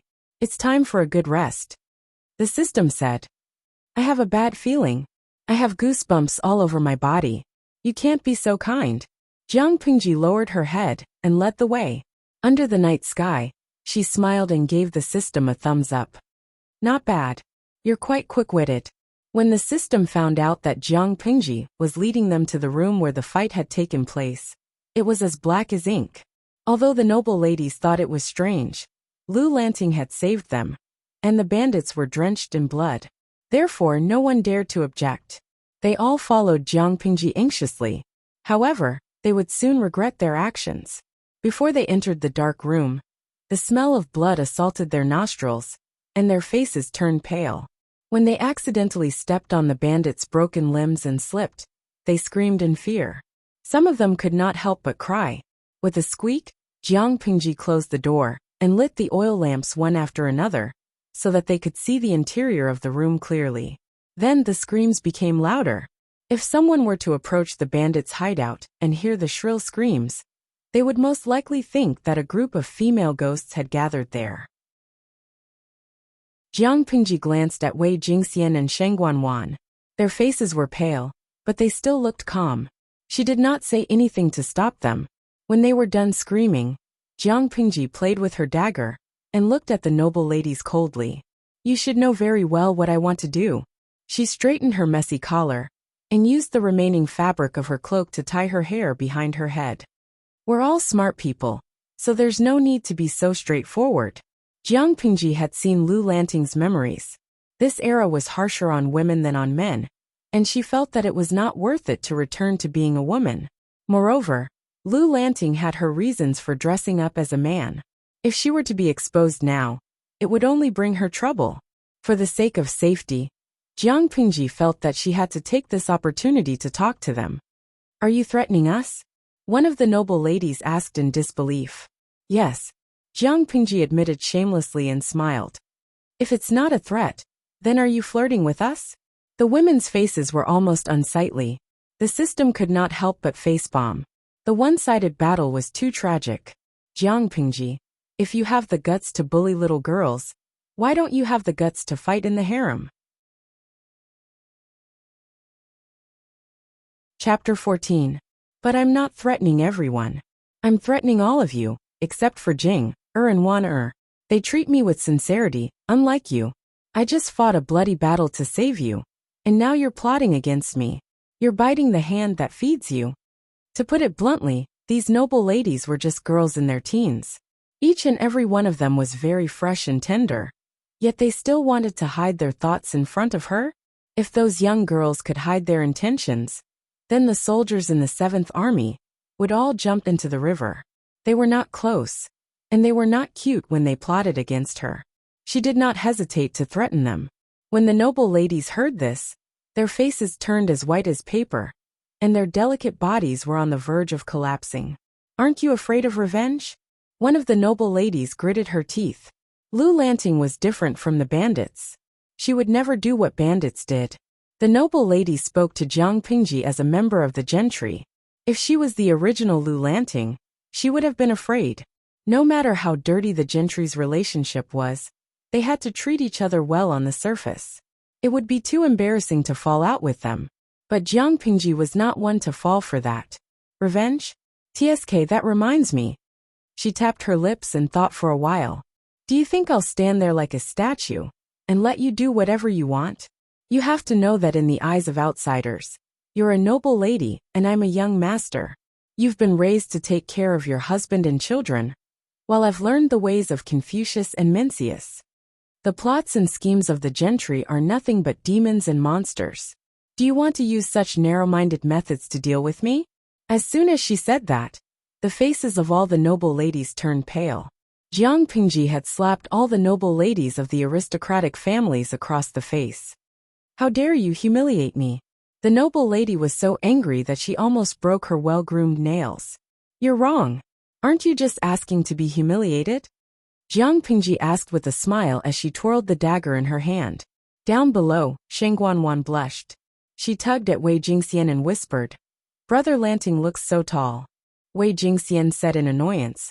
What she said just now was a slap in the face to all the noble ladies, including you little love-struck fool. Sticking out her tongue, Sheng Guanwan twisted her body and said, Wan is also as shrewd as Brother Lanting. Wei Jingxian. You just need to shut up and keep this a secret. Otherwise, once my identity is exposed. Jiang Pingji blew on the dagger and said lazily. A group of noble ladies fell into a bandit's lair and stayed there for a whole night. Sigh. Shameless. The hearts of all the girls were filled with the same thoughts. Jiang Pingji's words dealt double the damage to the noble ladies. One of them even rolled her eyes and fainted. Even in the face of bandits, these noble ladies had never experienced such anger. Lu. The system couldn't stand it anymore. You're so cruel to a beauty, can't you be a little more gentle? Jiang Pingji snorted coldly. Although I'm a pitiful beauty fetish, that's just my hobby. When it comes to serious matters, I won't be moved even if thousands of beauties are in front of me. That's because I'm always rational, and I won't act on impulse. The system. That's right, you're rational, but do you know that your values and morals are often out of line?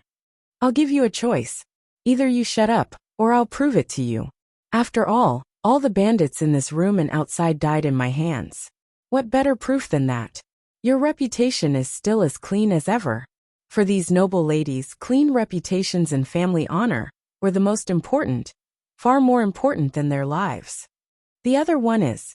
She made a gesture to silence them. I can do it. There are many bandits in this wilderness. I could only save Jing, and Wan in time to escape. I believe others won't blame me. Nowadays, men like to put on powder on their faces. Incense was the norm, especially in the area of Hejian County, where it was a popular trend. The body that Jiang Pingji was currently using was obviously weak. It was pretty good that it could protect herself and save the two of them. The room was silent. No one dared to breathe loudly. They didn't even dare to cry. The aristocratic families trained these noble ladies not to be brainless. They were trained to obey and smooth out their edges.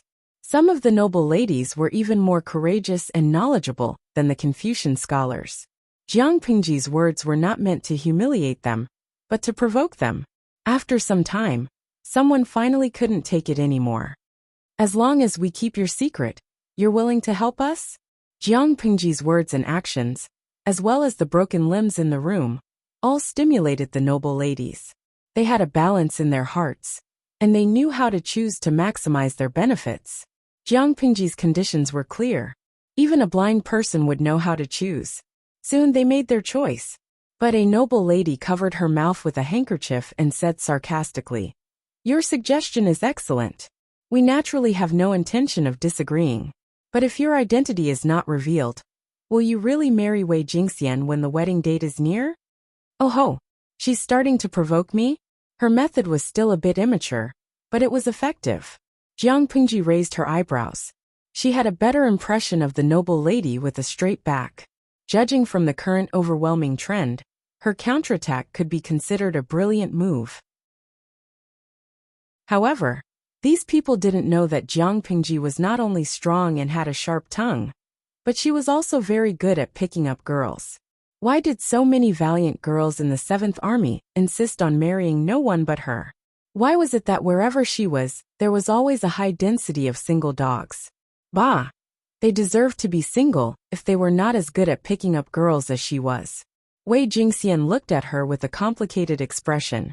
Jiang Pingji responded with a smile. She said every word solemnly like a vow. If she is willing to be wronged and marry me, to be husband and wife for this life, to be conferred the title of Wolf Story Palace, to be a marquis, I will fight for her even if I have to risk my life. If she has other intentions, then I will cut my hands and give her 10 li of red dowry. I will bear the blame of the marriage annulment. I only hope that she and her lover will live together until their hair turns white." When Wei Jingxian heard this, her cheeks reddened beyond belief, and her face flushed with embarrassment. "You used to look like a decent person. Why is it that, the more you talk about it, the more you talk about it? Is it really like what Warner said? Once you reveal your fox tail, you really dare to say anything you want. If you want to marry me, I won't marry you." The noble ladies were speechless. Cold dog food was casually slapped on her face. "Can't you find another place to show off your affection?" The system said. "Let me tell you, host. If you flirt with girls like this, you'll have to take responsibility if they don't marry you. You scumbag. If he didn't marry, why would he flirt?" Jiang Pingji innocently asked Wei Jingxian. "I'm sorry for hiding it from you for so long. Shouldn't I have done that?" At the same time, she replied to the system in her mind, "I'll take responsibility." The system. Chapter 15. It was so tiring to be a system. It was so angry to have such an immoral and cruel host. In fact, it was now very suspicious. Would Jiang Pingji really make the emperor's harem her own after entering the harem? It thought of Jiang Pingji wearing the empress's court dress in the future. She would have her wives on her left, and the 9 concubines on her right. She would have Jieyu massage her legs, beauties peel grapes for her, and the emperor would be like a spineless quail hiding in a corner, biting on his handkerchief and crying. The system felt bad. The system said, "No, you can't keep your identity as a daughter hidden. Otherwise, how can you enter the palace and fight in the harem?" Jiang Pingji's eyes darkened. She asked tentatively, "Is fighting in the harem very important?" The system said, "I'm a live streaming system of fighting in the harem. Do you know what's important? Otherwise, your popularity will. Anyway, the consequences will be serious." At this point, the system's voice quieted down. Jiang Pingji rolled her eyes and said, "Must it be fighting in the harem?" The system said resolutely, "Yes." It suddenly felt that having a host who was too assertive was not a good thing. It felt irritated. "But this has nothing to do with whether or not I return to being a girl." The system was speechless. Did its host want to flirt with girls and be a lesbian, but also be a man and make the emperor gay? "Host, you're trying to fly to the sky." Jiang Pingji frowned slightly in the face of the system's wild imagination. There was an indescribable irritability and disgust in her heart. The ancient era was tens of thousands of years away from the era she lived in. Even though she was not very good at culture, she knew that women in the ancient era were sad and pitiful. Was there something wrong with the system's brain to make her one of them? If this was the price of her rebirth, she would rather cut her own throat with a dagger. It could find whoever it wanted to fight in the harem. Fighting in the harem. Chapter 16. By the way, if the people from the clan haven't found this place by tomorrow morning, I'll take you down the mountain. Also, lock the door and don't let strangers open it. Maybe some people can't wait for the 7th day. and want to come back to take a look. The temperature in the room seemed to have dropped more than 10 degrees, directly falling below the freezing point. The girls heard Jiang Pingji's weak voice and could not help but scream at the top of their lungs. Listening to the screaming behind her, Jiang Pingji's mood instantly brightened, and she could not stop the smile on the corner of her mouth. Although they are a little scheming, sometimes these girls are really extraordinarily cute. The system said, although I know your values are not online, I think the host is also extraordinarily evil. It had reason to believe that the host would definitely be hated by the noble girls in the room for the rest of her life. The words and actions of the noble girls of the gentry were all cultivated since they were young, and they were real ladies of noble families. However, Jiang Pingji was so evil that she made them lose their manners several times.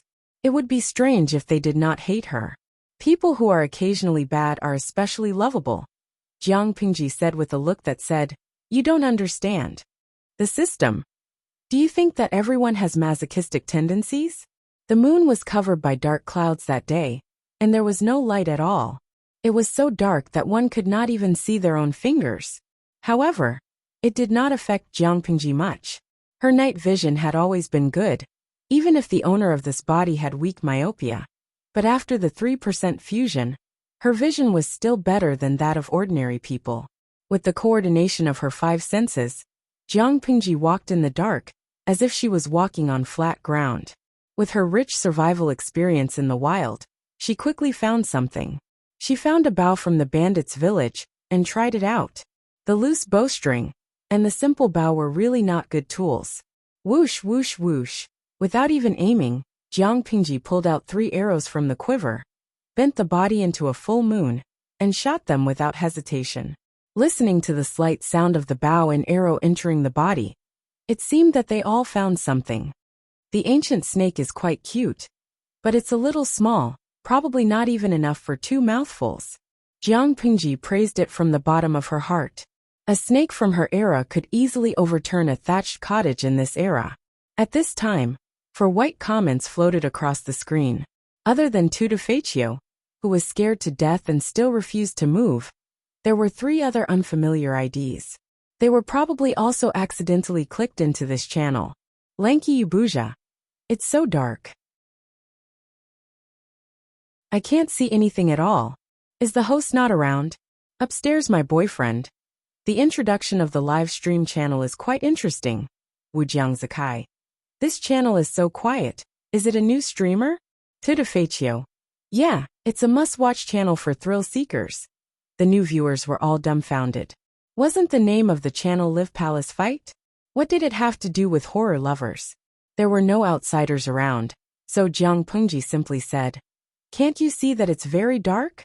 As soon as he finished speaking, the system silently turned on the infrared panoramic shooting mode, so that the audience could watch the scene of Jiang Pingji hunting.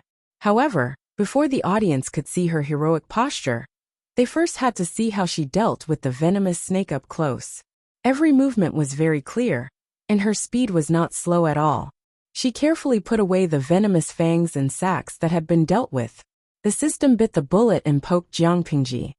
You promised me that you would live stream. You should talk and interact with the audience occasionally. She was in a good mood, and the system's request did not exceed her bottom line. Jiang Pingji agreed indifferently. Now let's broadcast how to hunt for food in the wild. Jiang Pingji sighed to herself. She had been an instructor before, and had experience teaching. I have a beautiful girl in my hand. Jiang Pingji thought to herself. The audience was dumbfounded. The times were too far apart. The biological encyclopedia she had read before was useless, but the laws of evolution were still the same. With her rich experience, she could talk about the toxicity of the beautiful girl and the handsome man in her hands, as well as their preferred living environment. Compared to dealing with their venomous fangs, I actually prefer to show you how to eat them. Their meat is delicious. Privately, the system had already curled up into a ball. It was a harem fight streaming system, not a hegemony streaming system, not a survival streaming system, and definitely not a gourmet streaming system. Before the system could talk about how to judge the age of the snake, and how to judge its meat quality, Jiang Pingji frowned and knocked an arrow. My luck is not bad tonight. It's a big one. The girls are in luck, she smiled. And the system could not even cry. In fact, Jiang Pingji's rigid livestream was quite boring, but she had a good body and good looks. She was of a higher standard than the general public. More importantly, the audience was a bunch of night owls who had nothing better to do. They stayed in the channel and hung out. She was lucky, and her 5 senses worked well together. Coupled with her rich experience in the wild, she could always quickly find the hiding place of her prey. Half an hour later, she had a good harvest. She carried the prey and prepared to go back. Although all the bandits had died, there was no guarantee that the nearby beasts would not go down the mountain to look for food, or that there would be strangers who accidentally entered the area. Those girls were timid. She would not feel at ease leaving them in the deep mountain bandits' den. Jiang Pingji walked quickly on the flat ground. Even though she was carrying dozens of kilograms of prey, she did not slow down at all. Little did she know that the group of timid girls she had been talking about was experiencing a soul-stirring shock. This day's experience was beyond the imagination of the noble ladies. After exhaustion, everyone had a tired expression on their faces. The strong fire reflected on their pretty faces, and they did not talk. Or rather, they did not know what to talk about. The daily activities of the noble ladies were exquisite and elegant. When a few close sisters gathered together, they could talk about the popular cosmetics and fragrances or silk and flower hairstyles. Or they could talk about the poems and songs of the scholars and beauties outside. If that didn't work, they could play a game of poetry. Just like that, a day had passed. But now a group of people was in a mess. Their stomachs were rumbling with hunger, and their stomachs were aching. They could warm themselves with a bonfire when it was cold, but they could not suppress the hunger in their stomachs. A noble lady, who was about the same age as Shang Guanwan, pouted, and her stomach rumbled inelegantly. I'm so hungry. Wan Xiao comforted her in a low voice. Didn't Lu Shi say that he's going out to hunt?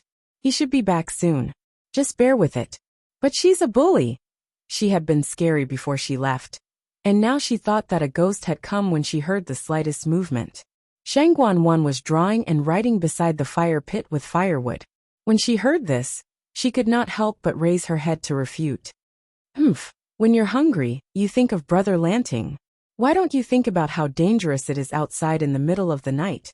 Wei Jingxian discreetly tugged at her sleeve, indicating that Shang Guanwan should not provoke them too much. Chapter 17. The noblewoman's cheeks turned red and she stammered.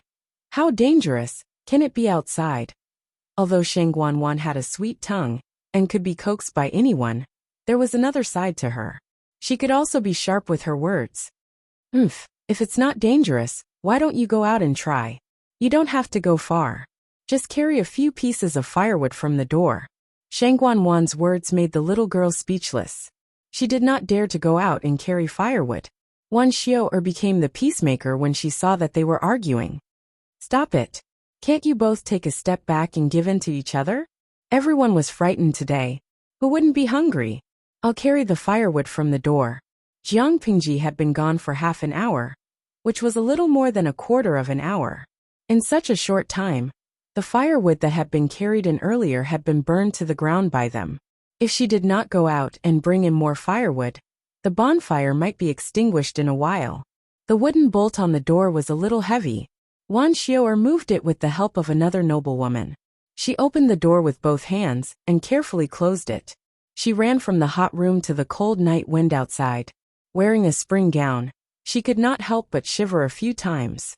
She tried hard to suppress the creepy feeling. After searching for a while, she frowned and picked up a few thick pieces of firewood.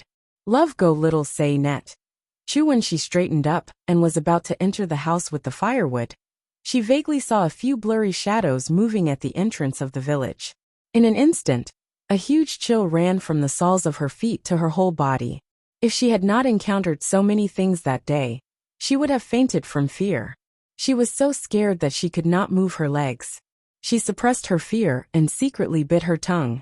She used the pain to get rid of the nervousness and fear she had just felt. She did not dare to directly scatter the firewood in her arms. What if the sound attracted the ghosts?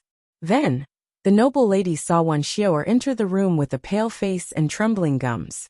After entering, she quickly stuffed the firewood into the arms of the noblewoman closest to her. Before the noblewoman could react, she closed the door with both hands. Quick, quick! Bring the door bolt over. Outside! There's a ghost outside! She said it almost in tears. Hearing this, the noblewomen who were still sleepy were instantly startled awake. They hurriedly moved the wooden bolts and bolted the door. Phantom shadow? Don't tell me. Lu Lanting was right? Thinking of the other party's restless words before he left, the group of noble ladies felt their hearts beating violently, as if they were about to jump out of their throats. Isn't her mouth quite sharp? Perhaps it was true. Otherwise, how did those thieves? How did they die? But should we put out the fire? Isn't this light a little too eye-catching? Aren't ghosts afraid of light? If we put out the fire, and they come in through the door, what will we do? At this time, even if there were noble ladies who were unhappy with Jiang Pingji, they hoped that she would return as soon as possible. However, what they were worried about still happened. The shadow on the paper window was getting closer and closer. Even the most cowardly of them knew to bite their own hands. No matter how scared they were, they could not make a sound. Outside the house, the group of people who had been mistaken for ghosts were also extremely embarrassed. They were even more embarrassed than the noble women in the house. There's a village deep in the mountains. Let's take Fourth Langjun there to rest and ask if there's a barefoot doctor. Their clothes were messy, and their hair was crooked. The weapons in their hands were stained with blood, and many of them were injured. Although it was rare for a barefoot doctor to be found in a small village like this, they were at the end of their rope. In order to avoid being hunted down, they had mistakenly entered the mountains for 2 days. Fourth Master was injured and had caught a cold. He was unconscious from the fever, so they could only rely on their luck. However, when they followed the light to the door of the village, their expressions changed. You guys go check it out first. There was only one house in the village that was abnormally bright, and it was so quiet that not even the crowing of chickens or the barking of dogs could be heard. In a village like this, there would always be hunters, and hunting dogs were a must. How could it be so quiet when it sensed strangers approaching? The young man's mind was spinning. The 2 guards who had been sent out returned quickly, and the contents of the report made him pale. Feng Langjun, I'm afraid this is not a normal village. It's a bandit stronghold. All the bandits have been killed, and the time of their deaths is estimated to be less than 2 hours. The culprit is very strong, and his method of killing is frighteningly simple.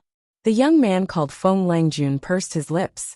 He looked at Fourth Master, who was being carried, and quickly asked, Is there someone in the main house? Yes, and quite a lot of them. Could it be the bandits? The young man licked his dry, pale, and chapped lips and made a prompt decision. Go knock on the door. Remember, don't scare the people in the house. The guard did not hesitate, and did as he was told. Then someone knocked on the door in the middle of the night. A group of noble women huddled under the door and pressed against it. They clenched their fists, and were all thinking about Jiang Pingji. No one answered. The guard turned around, and Feng Langjun nodded at him, gesturing for him to continue knocking. Finally someone answered, but the voice was unexpected. It was a slightly hoarse girl's voice. Of course, Wei Jingxian spoke with a pinched voice, but the people outside were knowledgeable, and could tell that her voice was unnatural. Is that person outside a human or a ghost? Wei Jingxian tried hard to imagine how Jiang Pingji had tricked the bandits to calm herself down. It seemed like there was no danger. Feng Longjuan's furrowed brows slowly relaxed. Of course it's a living person. Don't be afraid. We are a group of merchants who accidentally entered the mountains and got lost. My Langjun was injured and caught a cold. Now he has a high fever. I wonder if he can help us. A man? The noble women looked at each other, and shook their heads at Wei Jingxian. They could not let him in. At home. My husband is out hunting, and I'm the only one left, with a few of my close friends who came to visit a few days ago. It's late at night, and you and I are a single man and a single woman. It's really inconvenient. My husband will be back soon, and to avoid any misunderstandings, I hope you can find another place to stay. I will be very grateful. Feng Langjun raised his eyebrows and pursed his lips into a thin line. His eyes flashed with something. Inside the house, Sheng Guanwan looked at Wei Jingxian nervously and whispered, "Will you scare them away by saying that? There are corpses of bandits killed by Lanting outside. They said they were a group of merchants, so they must have seen a lot of things. They should be able to tell that there's something strange about the corpses. I said that Lanting will be back soon. If they aren't stupid, they won't dare to force their way in even if they don't leave." As soon as she finished speaking, Sheng Guanwan looked at her in surprise. The other noble women also looked as if they had expected it. Chapter 18. A bandit village with corpses all over the ground. The killer was clean and cruel. A young girl in the house said that her husband would be returning soon. This implied that her husband was the one who had killed all the bandits. In other words, he was being threatened by a girl? After some thought, Feng Langjun cupped his hands and said, "If that's the case, I won't make things difficult for you. It's just that it's hard to travel at night. We've been lost in the forest for 2 days. Not only did we lose our goods, but we've also lost a few servants. If we continue..." Wei Jingxian gritted her teeth. Did he not intend to leave? However, it was more important to stall for time. Lanting might already be on the way, so she had to stall them for now. She rolled her eyes and made a decision. She pinched her throat and said, "If that's the case, please go ahead, young master." Although it was a bandit village full of corpses, it was much better than camping in the forest. The guards did not stand on ceremony. They picked up some firewood and were about to start a fire when they realized that they did not have anything to start a fire with. They had lost all their flint, and the match had been soaked in water. Were they going to start a fire by drilling wood? She turned to look at the light reflected from the paper window. She would not be rejected if she wanted to borrow a fire. Would she? "Madam, may I borrow a fire?" Wei Jingxian pursed her lips. Was he still not giving up? If there were guards around, she would agree. However, there was only a nest of weak girls. They had been frightened by the bandits during the day, and would subconsciously be afraid of anyone of the opposite sex. Why would they open the door for a stranger? They had finally escaped from danger. For the sake of their safety and reputation, they would not open the door even if they had to barge in. "My husband will be back soon. Why don't you wait a little longer? Otherwise, if my husband pursues the matter, I'm afraid I'll be in trouble." Wei Jingxian closed her eyes nervously. Why wasn't he back yet? At that moment, Feng Langjun crossed his arms in front of his chest and asked with a smile, "An unmarried girl calling a man husband. Aren't you afraid of ruining your reputation?" Wei Jingxian subconsciously gasped. She quickly reacted and covered her mouth with both hands. She had been tricked. Wen Gentleman narrowed his eyes and waved his hand. The guard understood and wanted to force his way in. On the other side, Jiang Pingji returned with her prey, but the relaxed expression on her face did not last long. It was quickly replaced by a grave expression. The system said, "What's wrong, host? There are footsteps of strangers, and the footprints are still fresh." They weren't left by the bandits from before. That group of people all headed in the direction of the bandits' stronghold. There's human blood on the ground, and some of them are injured, but their injuries shouldn't be serious. Judging from the depth of the footprints, these people don't seem to be in good condition. There are 6 pairs of footprints, so there should be 7 people. Jing and the others are still in the bandit stronghold. Oh no, I have to go back quickly. Jiang Pingji's pupils constricted, and a series of messages popped up in her mind. She hastened her pace. "Lan Chui Yubuja. Host, are you right? 6 pairs of footprints and 7 people? One of the footprints is of medium size, so it doesn't seem to belong to a fat person. However, the footprints are the deepest, so there should be another person on his back. I think 2 of them are injured in the arms, and the other one is injured in the legs. Wu Jiang Zhakai. Am I the only one who thinks this host is cute? But it's night time, and it's pitch black. I know you have good night vision, and that's proven in the last half an hour. But you only took one look. How can you tell these things? Tutor Feichio.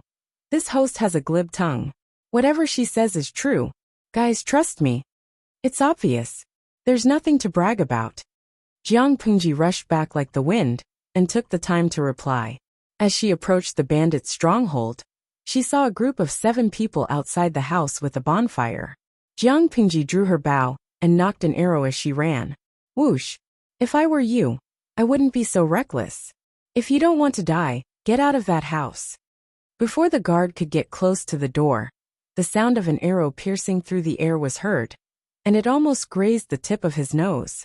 Feng Longjuan's expression froze, and Jiang Pingji had already knocked a second arrow. She sneered. If you don't do as I say, the next arrow will be aimed at the pampered Langjun on your back. Now, do as I say and get out of that house. The position of the bandits revealed everything. The most important thing was the guy being carried on her back, and the skinny bamboo pole. Unlike the group outside the house, the noble ladies in the house were so happy that they almost cried tears of joy. It had been a tough time. Jinger, how are you guys in the house? Are these guys still behaving themselves? Wei Jingxian had been pinching her throat to speak, and it was still itchy. She coughed and adjusted her voice to respond loudly. Lanting, the young master outside the house didn't do anything offensive. He just wanted to come in and borrow a light, but I didn't have time to respond. Jiang Pingji sneered. There were still people who dared to come forward without a response. It looked like they wanted to bully the girls by forcing their way in. Hearing Wei Jingxian's reply, Feng Langjun felt a headache coming on. That was a really subtle complaint. He cupped his hands in front of his chest and apologized to Jiang Pingji. It was a misunderstanding. We didn't mean to offend your wife. It's just that it's late at night, and we wanted to borrow a light. We hope that your wife can help us. We don't want to be misunderstood. Hypocrites. Who wouldn't be wary of a bunch of weirdly dressed guys knocking on someone's door in the middle of the night? It's just borrowing a light. There might be something like flint in the other houses. You can find it yourself. Why are you guys scaring my wife outside the house? Jiang Pingji shamelessly took advantage of the situation and ridiculed them. Jiang Pingji held her bow in one hand and her prey in the other. A bunch of dead snakes were wrapped around the hoof of the wild boar. Young Master Feng saw her appearance with the help of the fire. A trace of doubt flashed through his clear eyes, and then he raised his eyebrows. My husband.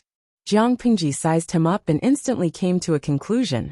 He had some brains, and his fighting ability was on par with Lu Lanting's. Apart from his brain, he was a good-for-nothing who posed no threat. But, Jiang Pingji frowned. She knew that he had figured out her gender. But he was still mocking her? Jiang Pingji smirked. She looked at the young man with a flirtatious expression and retorted. Young master's appearance is indeed splendid, a feast for the eyes. But you haven't washed for 7 days. And you've been chased for thousands of miles. You must have been trembling with fear these past few days. Unable to care about your dignity. Although the incense on your body is precious, the smell is indeed rather suffocating. Even if young master can't wait to offer himself to sleep with you, please burn the incense and take a bath first. Feng Langjun was speechless. Wasn't it said that Hejian County was a place full of geniuses, gentle and gentle? A lady from a wealthy family like a female insect? Seeing his Langjun being teased by a young man, the loyal guards could not help but draw their swords. But Feng Langjun raised his hand to stop them. Don't be rude. All of you back off.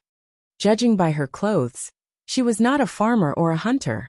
Why would she be there in the middle of the night? And why was she so skilled? Could it be that on the 3rd day of the 3rd month, a group of geniuses had come out for a stroll in the spring? Jiang Pingji was not interested in his behavior. She approached the door and knocked. Jinger, it's me. Go get a torch from the bonfire and pass it to me when you open the door. Feng Langjun cupped his hands in gratitude. Thank you. Jiang Pingji smiled wickedly. It's too early to thank me. I need the torch to boil water and prepare the food.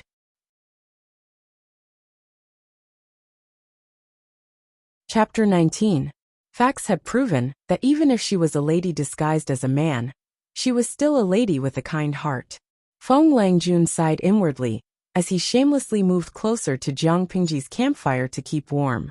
A group of guards carefully made a simple bed on the ground. The group of people was orderly. How did they look like a normal merchant group? The ground was very humid. Fourth Langjun, who had caught a cold, could not stand it at all. He could only try his best to bring him closer to the fire. Jiang Pingji noticed that the thin bamboo was looking at her. She couldn't help but smile coldly. She hoped that his brain would work better. Feng Langjun looked at her with interest, but his heart was full of doubts. How should I address you, Langjun? My surname is Liu. Jiang Pingji killed the wild boar in no time. She dug out its heart and threw out its intestines in front of the group of strangers. Even though she was careful, her clothes were still stained with the wild boar's dirty blood. Of course, the smell was even worse. It wasn't something that those pampered young masters and noble ladies could endure. Feng Langjun sniffed the indescribable scent in the air and frowned. He ordered 2 guards to help her. I remember that the Liu family in Hejian County seems to have a child who is about the same age as you. Could it be you? Since you've already seen through it, why bother probing further? Jiang Pingji responded snappily. Wei Jingxian's dagger was coated with poison, so it couldn't be used to deal with wild animals. Fortunately, although this bandit stronghold was small, it had all the necessary things, such as pots, bowls, ladles, and other things, and even some spices that could add flavor. Thus, the content of the live broadcast jumped from wilderness survival to wilderness barbecue. The system was already playing dead. I know you're smart. I hope you're as smart as you look and know how to weigh the pros and cons. The corner of Feng Longjuan's mouth twitched. Was this a threat to keep his mouth shut? Interesting.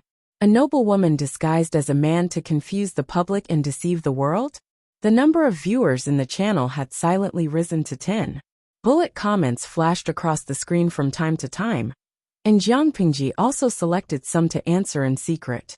When she set up the homemade barbecue rack, she cut out the bamboo skewers, as if she was performing a magic trick. Then she skewered the washed meat slices together. The style of the entire live broadcast room changed. What was even more amazing was that she even personally explained how to make snake soup, Mary Sue's love. #laughter cry. The style of this live broadcast is so magical. Isn't there supposed to be a harem fight? Tutifaccio. Am I the only one who noticed that the skinny Shota that the streamer mentioned had a dumbfounded look on his face? Lan Chue Yubuja. I couldn't sleep in the middle of the night, so I came over to hang out. I was also forcefully recommended some delicious food. Wujiang Jacques. I think I can hear a series of F*King comments in their hearts. Nong Hao Shui. #perverted. Didn't you notice that these guards have good figures? That young Shota is also very good looking.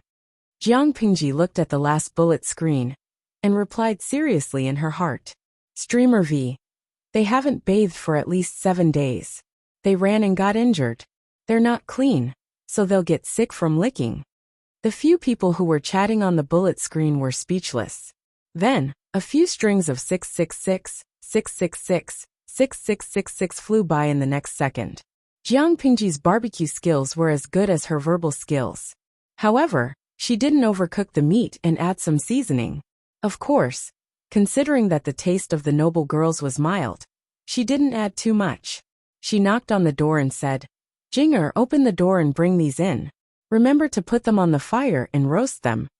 The wooden lock on the door moved, and the tightly closed door creaked open a small gap. Not a bit of skirt could be seen. Where did you come from? Why do you smell so bad? Jiang Pingji opened the door slightly and took a skewer of barbecue from her. The noble girls thought it was fresh, but they still had a good eye. They could tell at a glance that it was the best and most tender part of the wild boar.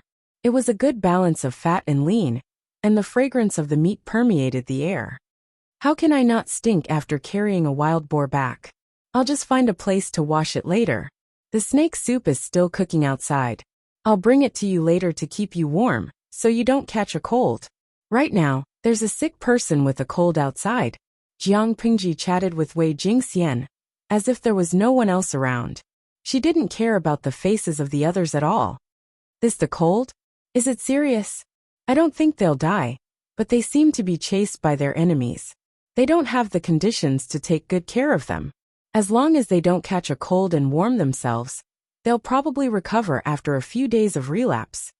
It was someone else's business. Why should they care about it? They wouldn't even look at the coarse barbecue on normal days. But they were starving and found it unusually delicious. The barbecue was too hot, so they ate it carefully. They were starving, but they still had to worry about their manners when eating. They would get tired of eating too much meat, and they probably weren't used to this kind of eating habit. Jiang Pingji took out a dried mushroom and a few pieces of ginger from the bandits' kitchen. After making sure they weren't poisonous, she added some chopped green onions and cooked a pot of light soup. She even washed the clay bowls that were used to serve the soup. After all, the bandits used them. She had to take care of the girl's misophobia into consideration. The system, who was pretending to be dead, muttered, "I didn't expect the host to be so meticulous. You have the demeanor of a virtuous wife." It felt that maybe it didn't have to give up so early. Look, Jiang Pingji actually had the attributes of a virtuous wife. She could hunt when she went out and cook when she returned home. Only with pretty and cute girls. I don't have the same patience for others. System. Actually, a Shota can also be very pretty and cute. But the gender is wrong. System. You're the one with the wrong gender. Jiang Pingji wasn't that meticulous with herself. Most of the wild boar meat was coarse, so the most tender and delicious parts were roasted. She simply roasted some for herself. She had good teeth, so it wasn't like she couldn't chew through the meat. The audience watching the whole stream was a little confused, especially when they were informed that the streamer with the max boyfriend power was a 12-year-old girl, or a loli. So, there was a viewer who seemed to be a girl, who directly criticized her boyfriend on the bullet screen. Koi ai na fox. Your boyfriend power can't even compare to a girl? Trash. What use do I have you? The Prince Charming of the people, Jiang Pingji, took a peek at the bullet screen as she chewed on the fragrant roasted meat. She smirked. She poked the system and said proudly, "Back in the day, many animals in the 7th Army became single because of me." Chapter 20. Jiang Pingji did not enter the house to rest. Instead, she chose to stay outside and watch the night. With her body, it would not be a problem for her to be out in the cold for a whole night. She could also keep an eye on the group of people with unknown origins. If she did this, the maids inside would probably be able to sleep more peacefully. Jiang Pingji hugged her knees and sat by the bonfire. She added some wood from time to keep the fire burning. "Why are you staring at me like that?" She raised her eyebrows and smiled, facing the thin bamboo pole, who had to maintain a proper sitting posture even in the wilderness. Even though he was caught red-handed, Feng Langjun did not seem embarrassed at all. Instead, he smiled in return. "I'm just curious. How did Lu Langjun come to this place?" Jiang Pingji snorted and fiddled with the firewood in her hand. She smiled faintly and said, "Can't you see that this is a bandit's lair? Naturally, they were captured by thieves. Otherwise, who would come here to enjoy the night breeze when there are soft beds and pillows at home?" Feng Langjun couldn't help but choke. If he had really been kidnapped, how did he manage to kill off a group of bandits? This is out of my expectations. However, the bandits were fierce. How did Lu Langjun manage to kill all of them? Jiang Pingji said indifferently, "You have a body full of strength, but your brain is full of idiots. Just a few words of provocation, and you'll be in a mess." The more casual her explanation was, the more confused Feng Langjun became. His curiosity grew, and he desperately wanted to find out the truth. "My guards have seen the appearance of those thieves. There are indeed signs of them killing each other, but I don't know what kind of trick you used." It wasn't difficult to sow discord, but it wasn't easy to make a bunch of perverted bandits temporarily give up on beauty. Moreover, apart from the corpses of the envoys, the other bandits all died the same way. Their throats were slit from behind, and they died almost immediately. Not even much blood was spilled. If it weren't for the fact that the corpse was ice cold, it would look like it was still alive. If a few words could make a large bandit's lair turn into a mess and brothers kill each other, then there wouldn't be so many bandits in Hejian County. Of course, if what Jiang Pingji said was true, then it could be seen that Lu Langjun was very capable. This knowledge made the youth somewhat concerned. He had always believed that apart from a few people of his age, no one could make him suffer a loss. Plan to deal with a bunch of idiots. All I did was tear off the cloth covering their shame, and provoke them with a few words. Yet, they actually obediently followed my instructions step by step. They're seeking their own deaths. They're simply foolish beyond compare. Feng Langjun looked at Jiang Pingji's dirty face and continued to ask, "What did Lu Langjun say?" Since he was so persistent in asking, Jiang Pingji was bored of keeping watch at night. She might as well tell him the truth to kill time. Unexpectedly, as soon as Jiang Pingji finished speaking, the youth's expression became indescribably strange. Jiang Pingji said nonchalantly, "Those people died because of their own stupidity. As for those who didn't have the time to be stupid, I killed them myself." Feng Langjun seemed to have woken up from a dream. He looked at Jiang Pingji with a complicated expression. He leaned forward and cupped his hands. "Lu Langjun, you are very smart. I am ashamed. It's just something obvious. It's not worth bragging about." Jiang Pingji did not know how to be humble. She surprised the other. Looking at the burning bonfire, the thin bamboo pole suddenly pointed to himself. "I don't know what Lu Langjun can see from this one?" Jiang Pingji did not understand. The atmosphere had been good. Why did the young man suddenly start to provoke her? While she was confused, a few comments popped up on the bullet screen to answer her questions. Tuta Faccio. #laughter cry. This young man is cute. I didn't expect him to be at Sundara. Mary Sue's love. #laughter cry +1. The streamer is telling the truth. The young man misunderstood the streamer's provocation. My heart aches for him. Lan Shui Yubuja. Heart aches +2 Wu Jiang Zhakaiyi. Heart aches +3 Jiang Pingji also realized that her words had caused the young man to misunderstand. In this era, even if you were so arrogant that you wanted to roll on the ground, you still had to maintain a humble demeanor. Otherwise, people would think that you were too arrogant and did not know the immensity of heaven and earth. Although she knew that it was caused by cultural differences, Jiang Pingji did not intend to explain. Instead, she looked the young man up and down. She thought for a while and slowly asked, "Although you are young, you have a strong will. Sometimes you will do whatever it takes to achieve your goals." The skinny man waited for a while, but he did not hear anything else. He could not help but feel disappointed. That's it. It was just a very ordinary comment. It could be used on anyone. It was disappointing. At that moment, Jiang Pingji suddenly curled her lips. Tuta Faccio. I think the streamer is going to use her ultimate move. Warning ahead. As soon as the bullet screen popped up, Jiang Pingji suddenly asked, "So, how much of that bowl of dog meat did you eat?" The skinny man's hands suddenly froze. He turned his head to look at Jiang Pingji in disbelief. "What did you say? You have a dog that is no taller than your calf. It clings to you, and you like it very much. It brings you a lot of joy." The skinny man looked as if he had seen a ghost. Jiang Pingji said unhurriedly, "You are not the eldest son of the family. Although you are favored by the elders, you have a capable older brother in front of you, and an intelligent younger brother behind you. It is inevitable that you are overlooked. This dog has secretly accompanied you for many years. This time, you brought it along with you. But unexpectedly, you encountered an emergency and had no choice but to kill it to appease your hunger." On the side, the guards who seemed to be on night watch all pricked up their ears, wanting to hear the gossip about Feng Langjun. "Other than that, you love incense. You have to use it every day to cover up the dog's smell. You treat the dog so well, so it is clear that you have a good relationship with it. But in the end, you were able to kill it to appease your hunger. Isn't that what you mean by, you are determined to achieve your goals at all costs?" Jiang Pingji smiled.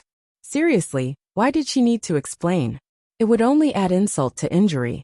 The skinny bamboo boy seemed to have been unmasked. His face turned green and red, and finally fixed on a pale white. "I am impressed, but how did Lu Langjun see through it? It is obvious. If you look closely, you will always find clues." Jiang Pingji was still not humble. The system said, "I won't be surprised if someone puts a gunny sack on you and beats you to death one day." This was definitely not the host it had chosen. Absolutely not. The skinny man laughed bitterly. He did not feel the gentleness of the noble ladies in Hejian. But it was true that they all held grudges. Jiang Pingji warmed herself by the fire for a while, then turned to the young man and asked, "Do you have any clean clothes? Borrow some for an emergency." The young man was stunned at first, then his cheeks turned red. He lowered his voice and said, "Aren't you afraid of losing your chastity?" Chapter 21. Jiang Pingji raised her eyebrows and said nonchalantly, "You and I are both men, and we had a pleasant conversation before. If that's the case, we can be considered to have some friendship. I'm just borrowing a set of clothes, and I'll return it when the time comes. When the sun rises and the servants of the clan come to find me, wouldn't it be rude of me to look like this?" In order to protect Wei Jingxian, Lu Lanting had been stabbed by a bandit. Perhaps she was lucky, but Lu Lanting was not seriously injured. However, her collar had been slashed, and the band around her chest had loosened. Her hairpin was nowhere to be found. If she were to encounter the servants who came looking for her, they would see through her disguise as a girl. In comparison, it wasn't a big deal for a young man to borrow a set of clothes from another young man he could get along with. The youth had obviously thought of this problem as well, but his ears were still a little red. He asked the guards to find a clean set of clothes for Jiang Pingji. The daring noblewoman didn't care, but as a gentleman, he couldn't ruin her reputation. Fortunately, when he left home, his parents ordered the servants to prepare many new clothes, most of which he had never worn before. He had lost a lot of them when he was being chased, but he should still have a few sets with him. Jiang Pingji thanked him. The youth was taller than her, but not much fatter. His clothes fit him well. Lan Chui Yubuja. "Ah, is the host going to broadcast bathing in the open air?" Tuda Feichio. "I don't think it's going to be a live broadcast. It's very likely that it's going to be shut down." "That's right, how is that possible?" Host V. "Today's broadcast will be very long. Everyone, please pay attention to this channel. There will be a notification when the broadcast starts." After saying that, she told the system to turn off the live broadcast.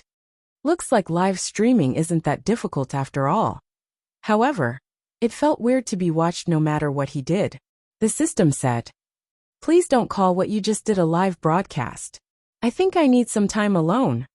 With such a host, it felt that its life in the system was already a salted fish. It didn't even need to think about live streaming popularity. The bandit stronghold deep in the mountain was still quiet, and they didn't know that Hejian County was in chaos outside. Every family that had lost their daughters sent their servants and maids into the mountains to search for them through the night. When the prefect in charge of this area received the news, he was so scared that he lost 2 of his 3 souls. He didn't even have time to tidy up his clothes before he led his men out to search for them. What a joke! Hejian County was not a big place, but there were a lot of noble ladies. He couldn't afford to offend any of them. Originally, every family wanted to suppress the news. Otherwise, if the outside world knew that their daughters had been kidnapped by bandits, how would their reputations be? Even if they found them, they had spent a night in the bandits' lair. Even their closest relatives didn't dare to hope that they were still pure. It was just that this matter was too big. The news of the noble lady being kidnapped flew to every household like it had grown wings. It was impossible to suppress it even if one wanted to. As time passed, they still did not manage to rescue the kidnapped noblewoman. They did not even know where the bandits' lair was. When the sky gradually brightened, everyone's mood sank to the bottom. An unmarried woman losing her virginity before marriage was not a death sentence, but it was not a trivial matter either. When it came to the age of marriage, the best result would be to find a son of a concubine or a son of a poor family. As for whether the husband's family would use this matter to bully the bride after marriage, there was no doubt at all. Of course, the noble ladies who couldn't stand this kind of grievance could only choose to be a nun and live the rest of their lives in seclusion. The sun was hanging high in the sky, and there was fog rising in the deep mountains. The servants who stayed up all night to look for her complained secretly. In order not to waste time, they didn't even dare to blink their eyes. They shouted until their throats were hoarse, but they couldn't even drink water. Their stomachs were rumbling with hunger, and their legs were so swollen that they couldn't even move. The dense forest was very humid. Their clothes were soaked with the morning dew, and now half of their bodies were wet. Alas, the eldest lady has been missing for a day. I don't know how she is now. I heard that the old lady almost fainted when she heard the news. A servant lowered his head to search while talking to his companion in a low voice. If it was in normal times, he would not dare to talk about the noble lady. But now it was different. She has fallen into the hands of the bandits. What else can she do? Now she only hopes that she is still alive. But the bandits are vicious, I'm afraid. The servant disagreed. But I heard that there are a lot of bandits. I'm afraid that after this night, it's better to just go like this. Bah! How dare you say such rebellious words? If others hear it, they will cut your mouth off. Although the latter sternly rebuked and stopped them, from his expression, he actually agreed with the other servant's words. Hey, wait a minute. Look over there, isn't there smoke? Smoke? Where is there smoke? It's deep in the forest. Except for those bandits, who else can? Before he finished his words, the two servants opened their eyes wide.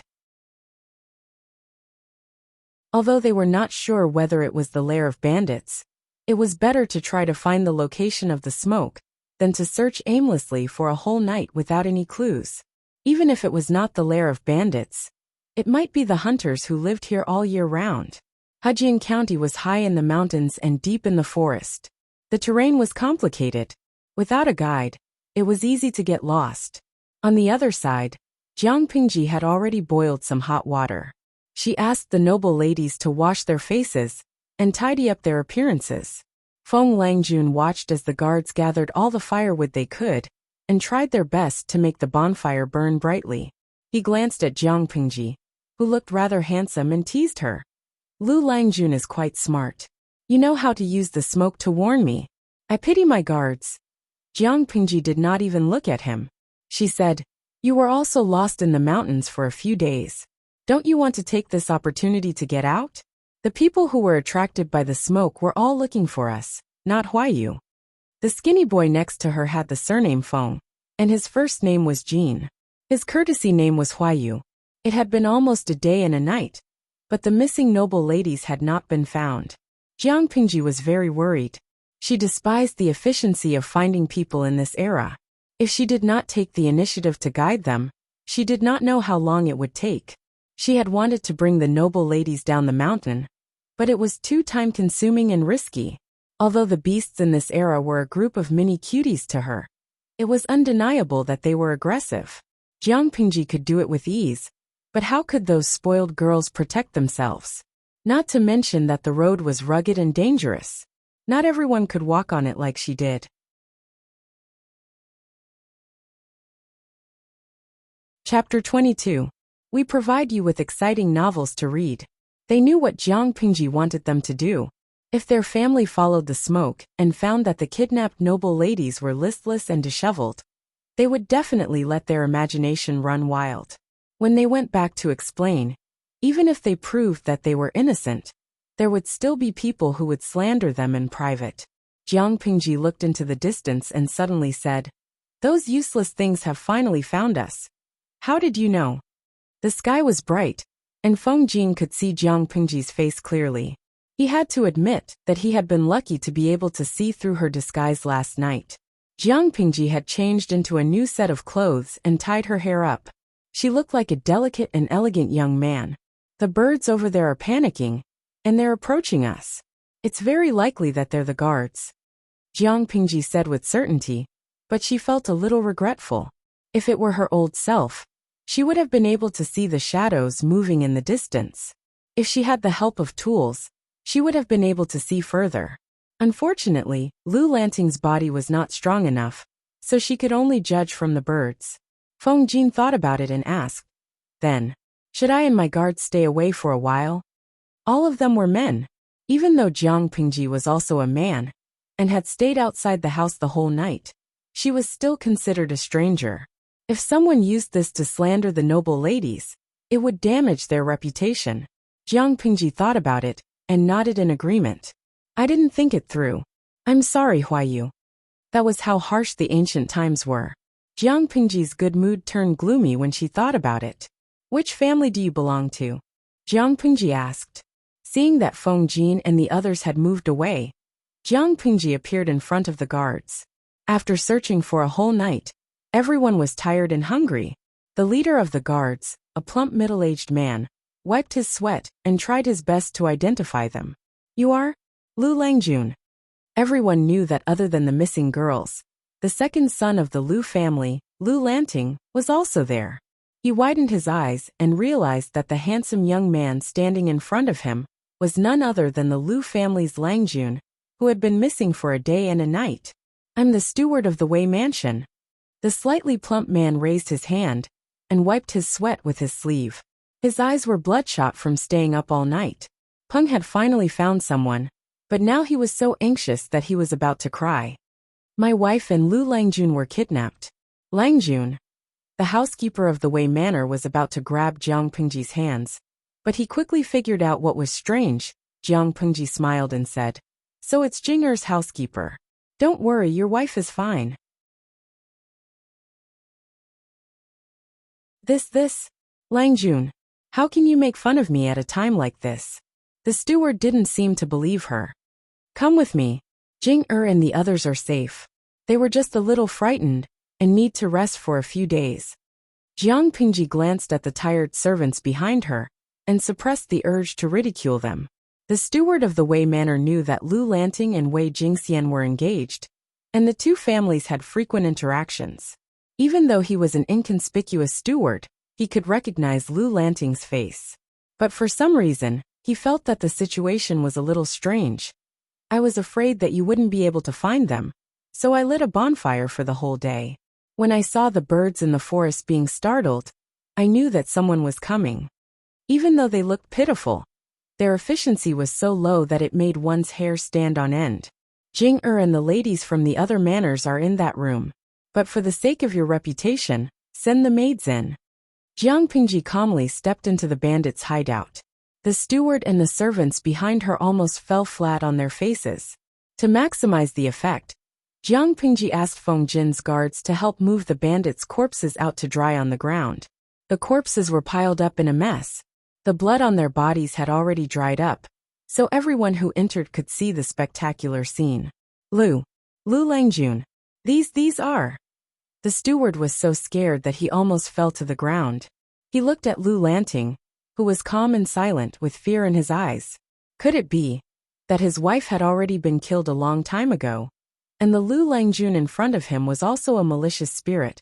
But just like the other noble ladies, she was filled with resentment and turned into a malicious spirit that night, killing all the bandits who had harmed them. That was why the current scene was happening. Those bandits, those audacious fellows, they should pay for their actions. For example, losing their lives or something. Jiang Pingji did not turn around. She casually answered, but she noticed that the people behind her had stopped. Why are you all looking at me like that? The steward looked like he was about to collapse.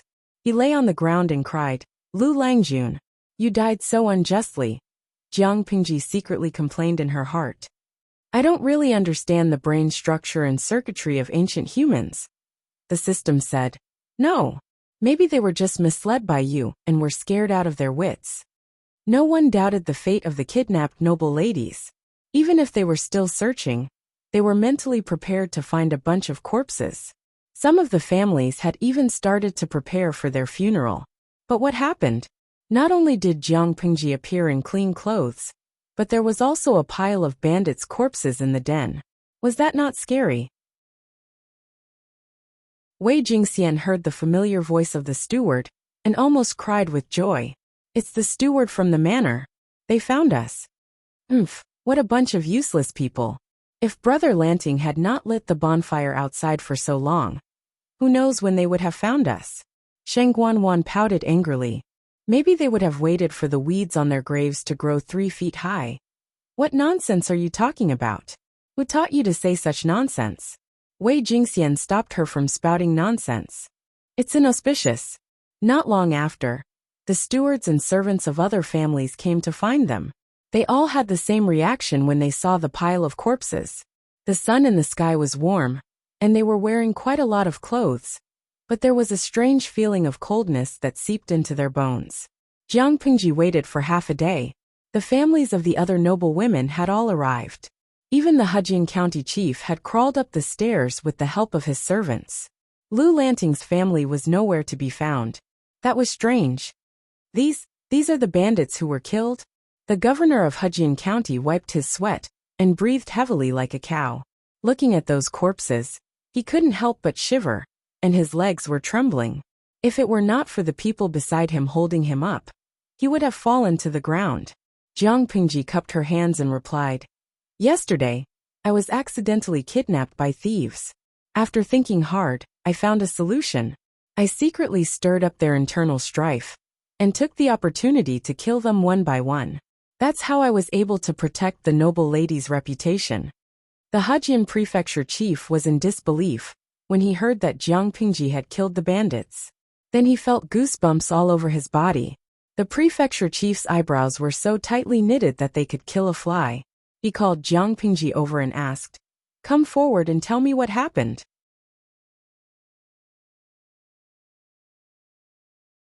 Chapter 23. Hejin County's governor was not stupid. Since there were so many people around, he had to solve the problem. That way, the noble women's chastity could be preserved.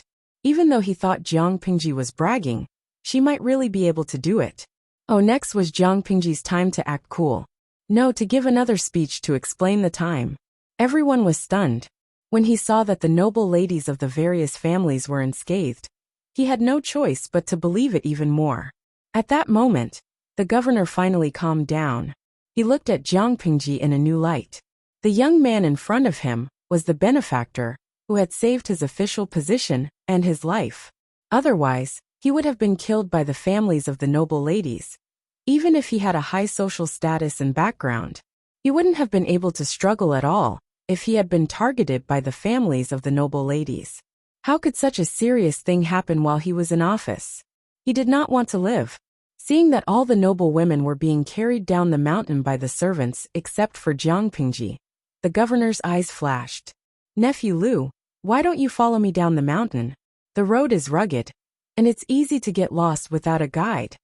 The governor of Hejin County was also a clever person. Without Jiang Pingji's knowledge, he directly called her nephew as a sign of intimacy. She thought for a while and nodded, even though she did not know when Hejin County's governor had become her uncle. Feng Jin and the others had secretly followed the servants, so they should not get lost. She only had to worry about herself. She did not know what Lu Lanting's family was thinking. They had lost their son, but they did not send any servants or stewards to look for him. She sat in the sedan and was carried down the mountain by the bearers. When they reached the flat mountain road, they changed carriages. In the carriage, Jiang Pingji was bored. She asked the system to turn on the live stream. It was good to chat with the audience. However, her channel was a newbie live stream. Yesterday's viewers were lucky to be able to watch it, but today's luck was bad. Even though it was the exclusive carriage of the governor of Hejin County, there was an obvious jolt. But this time, the coachman was much better than the bandits. He drove steadily. Even though there was a jolt, he didn't feel sick after sitting for a long time. Seeing Jiang Pingji sitting at the side in silence, he could not help but think of how she looked when she was standing alone. "Nephew Lu, are you wondering why no one in the family went out to look for you?" The governor of Hejin County was not as observant as Jiang Pingji, but he had been in the officialdom for many years. He was an old fox when it came to the ways of the world. Jiang Pingji snapped out of her reverie and subconsciously scanned through Lu Lanting's memories of her family. Her brows furrowed. Perhaps it's because father is about to return and the household is too busy, so he can't spare any manpower for now. Jiang Pingji answered as such, but in her heart, she was extremely disgusted. Relying on the fact that the emperor was far away, that woman really dared to do such a thing. Lu Lanting's mother was born into a prominent family in Langyi County. She and Lu Lanting's father had been in love for many years, and the couple had always been a harmonious couple. In the second year of their marriage, they gave birth to a son, who died in less than 2 years. In the fourth year, they gave birth to Lu Lanting, a pair of twins, which was considered an auspicious sign. Having learned their lesson from their eldest son, They took good care of their second son and eldest daughter. However, due to the servants' carelessness, the 4-year-old son accidentally fell into the water and died. No one knew what happened after that, but it was announced to the public that it was the younger sister who died, not the second son. But from then on, Lu Lanting's mother's health deteriorated, and she passed away within half a year. In order to maintain the good relationship between the two families, and to take care of Lu Lanting's father was persuaded to marry Lu Lanting's mother's sister.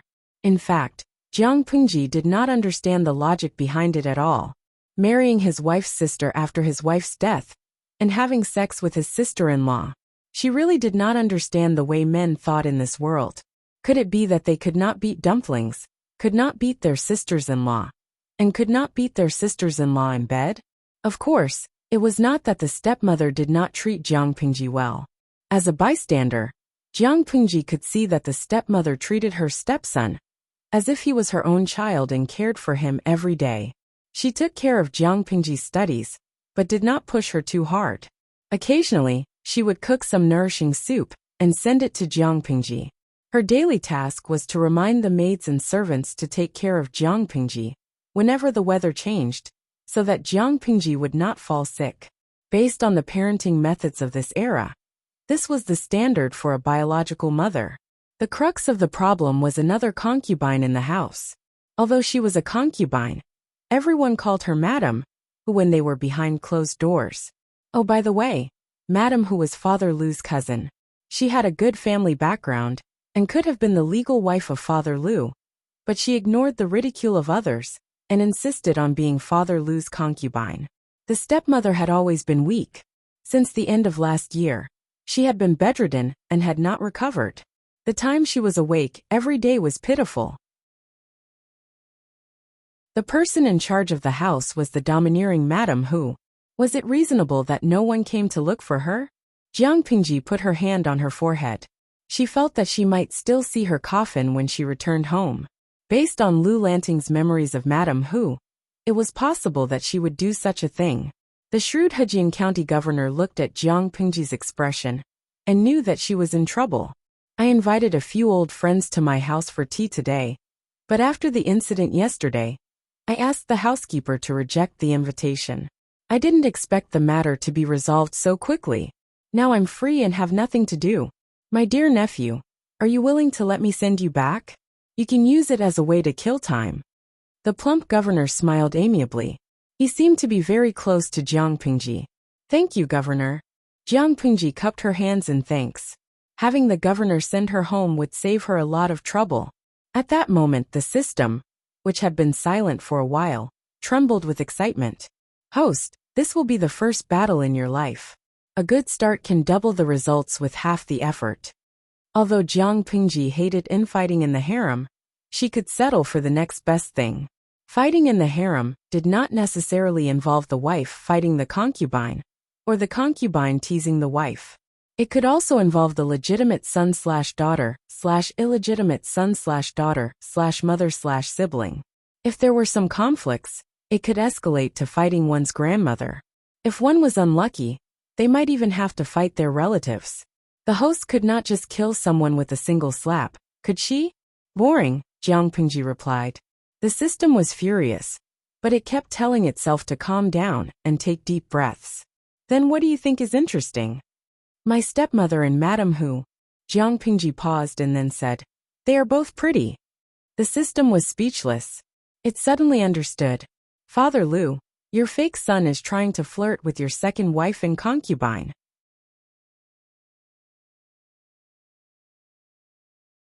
Chapter 24. Although Hejian County was not a big place, it was a place of outstanding people. Many of Dongqing's prestigious gentry families were gathered here. Lu Lanting's family had been around since the 16 Kingdoms. Although it was not a prominent family, it had been around for more than 300 years. In recent years, the Lu family had become more and more low-key. Other than Lu Lanting's father, who was an official with real power, the rest of the family held relatively leisurely positions. Some even lived in seclusion, and some were famous scholars. From an outsider's point of view, the Lus seemed to be slowly going downhill, but Jiang Pingji felt that the family was quite smart. They could relax a little in everything except the studies of the children in the family. Every child who entered the family school had to be strictly supervised by their parents. Although Lu Lanting's father was also a legitimate son, he was not a descendant of the family. Aside from her messy relatives, Lu Lanting's family was rather simple. Her stepmother asked to stay in Hejian County to take care of Lu Lanting. After all, most of the great scholars in Dongqing came from Hejian County, Langye County, and Ning County. It was not a good place for Lu Lanting's father to live, and it was said that he had to take great risks. Not only that, it was impossible to find a knowledgeable teacher in that barren land. For some unknown reason, Madame Hu did not follow Lu Lanting to Hejian County. Instead, she chose to stay in Hejian County. From time to time, she would give Lu Lanting a hard time or say some specious things, but she did not do anything out of line. When Father Lu went out to take up a post, the whole family moved out of the clan. They bought a 3-section house near the clan grounds. The house wasn't big, but it was still much better than living in the clan's crowded land. He could also control the things in the house. Lu Lanting lived on 3 Squirrel Street. Jiang Pingji lifted the curtains of the carriage slightly and could see the deserted entrance of the Lu mansion from afar. Brother Lu is not here, so it's not appropriate for me to disturb you. The governor smiled like the Maitreya Buddha. Outside, a quick-witted servant had already jumped off the carriage and knocked on the door of the Lu mansion, informing them that the second Langjun of the Lu family had returned safely. If you have any difficulties in your studies, feel free to look for me. Although I am not as knowledgeable as your father, I can still do my bit. Jiang Pingji nodded and thanked the governor. A governor was in charge of a county, so it was reasonable to say that he should have a lot of power. However, this also depended on the region's governor. In fact, according to the land area and the number of people, Hejian County was actually smaller than a county. However, this place had a different meaning, so it was specially changed to county.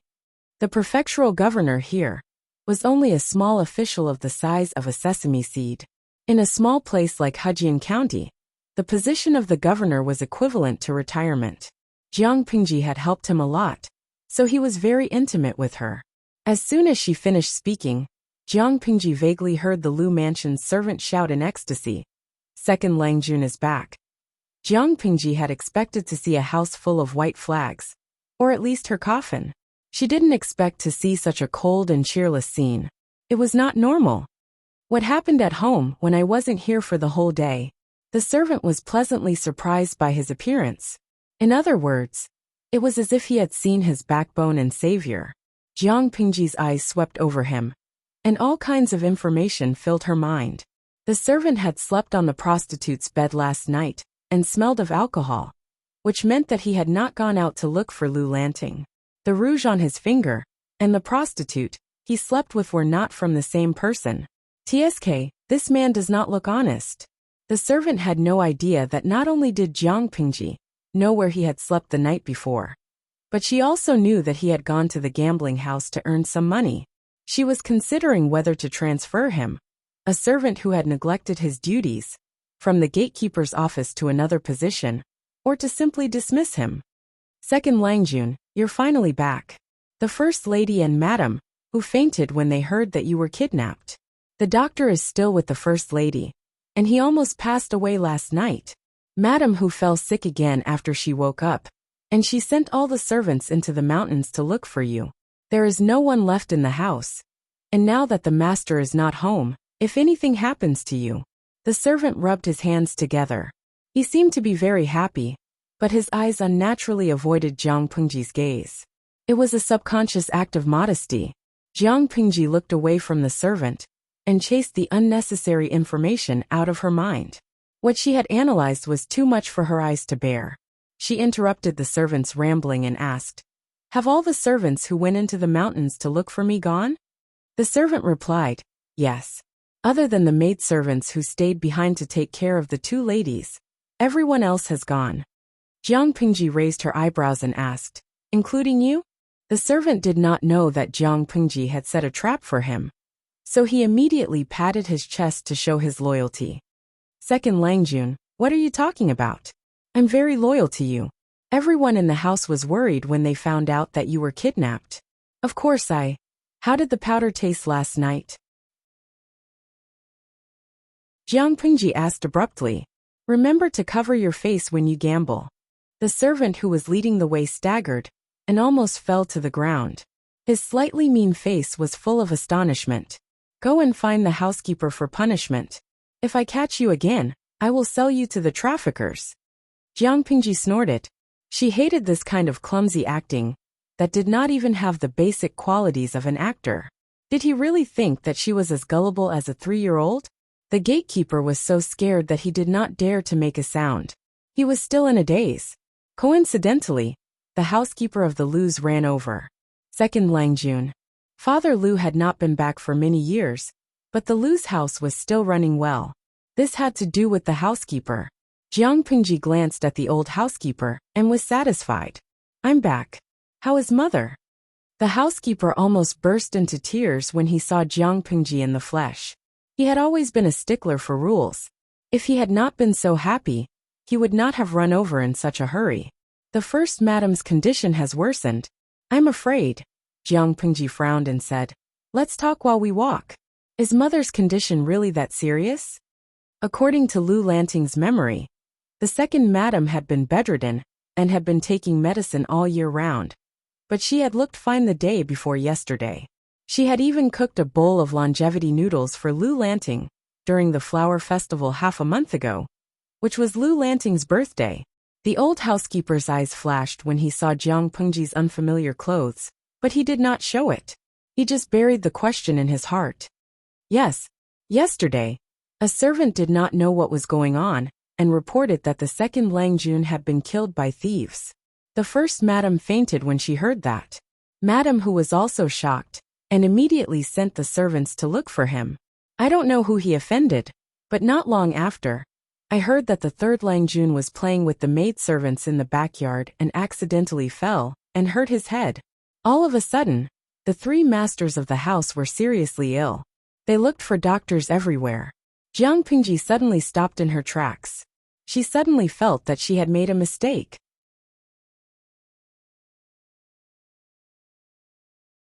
Chapter 25. We provide you with exciting novels to read. According to Lu Lanting's memories, she was a bookworm who only knew how to read books. She rarely paid attention to the affairs of the household. Before Lu Lanting's father took up his post, he had bought the house with 3 entrances. Although it was safe for the second lady to live with the women in her father's backyard, there were too many people in the house. Without an adult male in the house, it was easy for gossip to spread. Perhaps that was why Lu Lanting's father moved his family out. The house he bought was very close to his people's land. If something happened, the second lady could ask for help from her people. If there was nothing else, she could live her life in seclusion.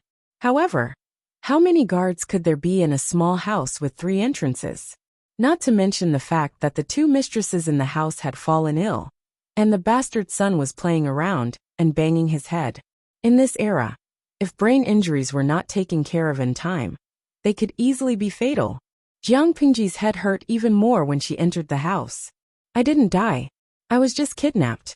Those thieves are too stupid, and I managed to escape. Just now it was the prefect who sent me here. Jiang Pingji explained briefly, then she thought of the gatekeeper and added, I'll go see my mother first. Can you find the servants who went looking for me last night? I have some questions to ask them. It seemed that it was not that madam who did not send people out, but that there were too few of them. The servants thought that the chance of survival was too low for their Langjun to encounter bandits was too low, so they went to fish in troubled waters. For example, the gatekeeper who fought with the prostitute all night. That showed how lax the family's rules were. Thinking about that, Jiang Pingji could not help but smile coldly. It was true that the Lu family was an aristocratic family, but after Father Lu moved out, he had been working outside all year round. There were no men left at home who could hold the fort. It was almost predictable that the servants would slack off and neglect their duties. It was not that the master was incapable, but that the servants had their own agendas. The second lady lived in the east side of the house. It was different from the bustling scene of an ancient noble family. The Lu family's house was rather desolate. There were only 2 or 3 maids walking around. Those who did not know better would think that the second branch of the Lu family was in dire straits. Although Jiang Pingji was a stepson, the lady was also Lu Lanting's aunt. It did not matter if Jiang Pingji entered the lady's bedroom. It was still sunny outside, but the inside of the room was dark and gloomy, and the air was filled with the lingering smell of medicine. Walking around the screen, Jiang Pingji saw the general layout of the room. It was so simple that it did not look like something a noble lady should have. There were a few boxes on the dressing table.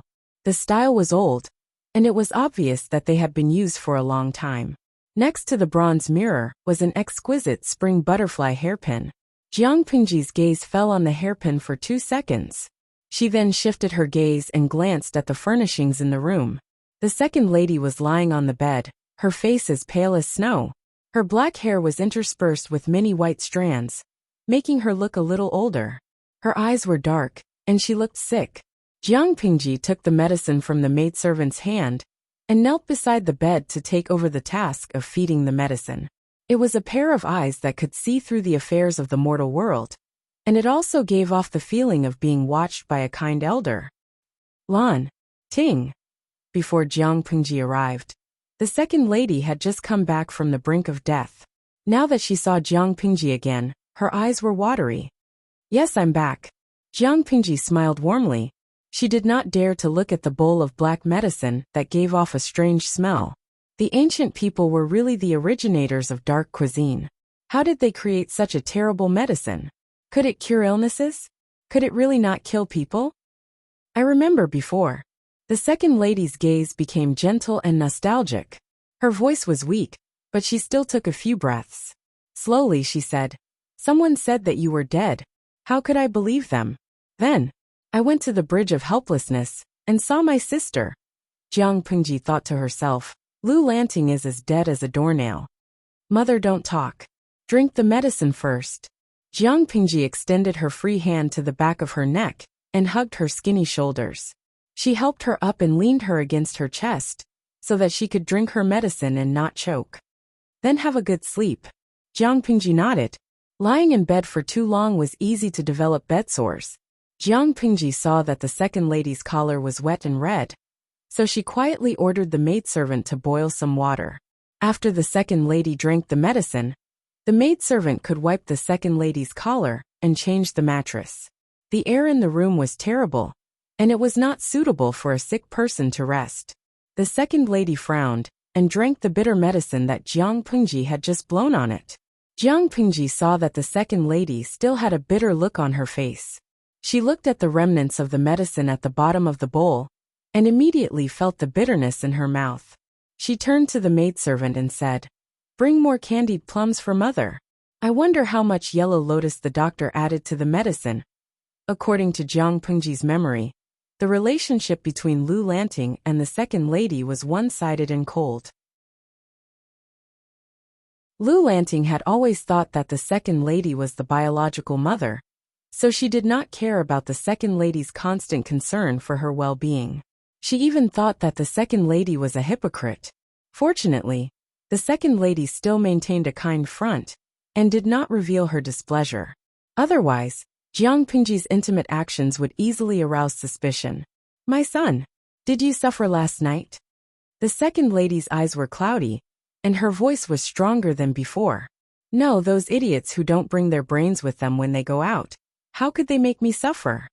Jiang Pingji wanted to put the second lady down, but from the corner of her eye, she saw a maidservant carrying a clean mattress over.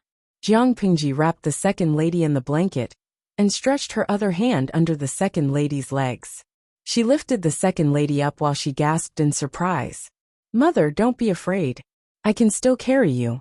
Let the maidservant change the mattress and warm it up with a hand stove. The second lady said, "My son is becoming more and more like a sister. Tell me about what happened last night." Jiang Pingji looked at the second lady and curled her lips. "Mother, if you're listening, I will tell you everything I know." Jiang Pingji hated repeating the same thing over and over again. It was refreshing once, but it was boring if it was repeated too many times. But since it was a request from a classically elegant beauty, Jiang Pingji did not mind repeating it one more time. The second lady listened with great interest. When she was done, she looked at Jiang Pingji and the maidservants in the room, signaling them to leave. Lanting, how did she go? The second lady smiled warmly when she noticed that Jiang Pingji was not surprised at all. Aren't you afraid? Jiang Pingji shook her head. I thought that other people would be more afraid of this kind of thing. The second lady said, You are an honest child. I can hide it from them. I'll just pretend that my son is still alive.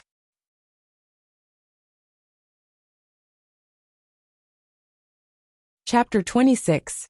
The internet provides you with exciting novels to read.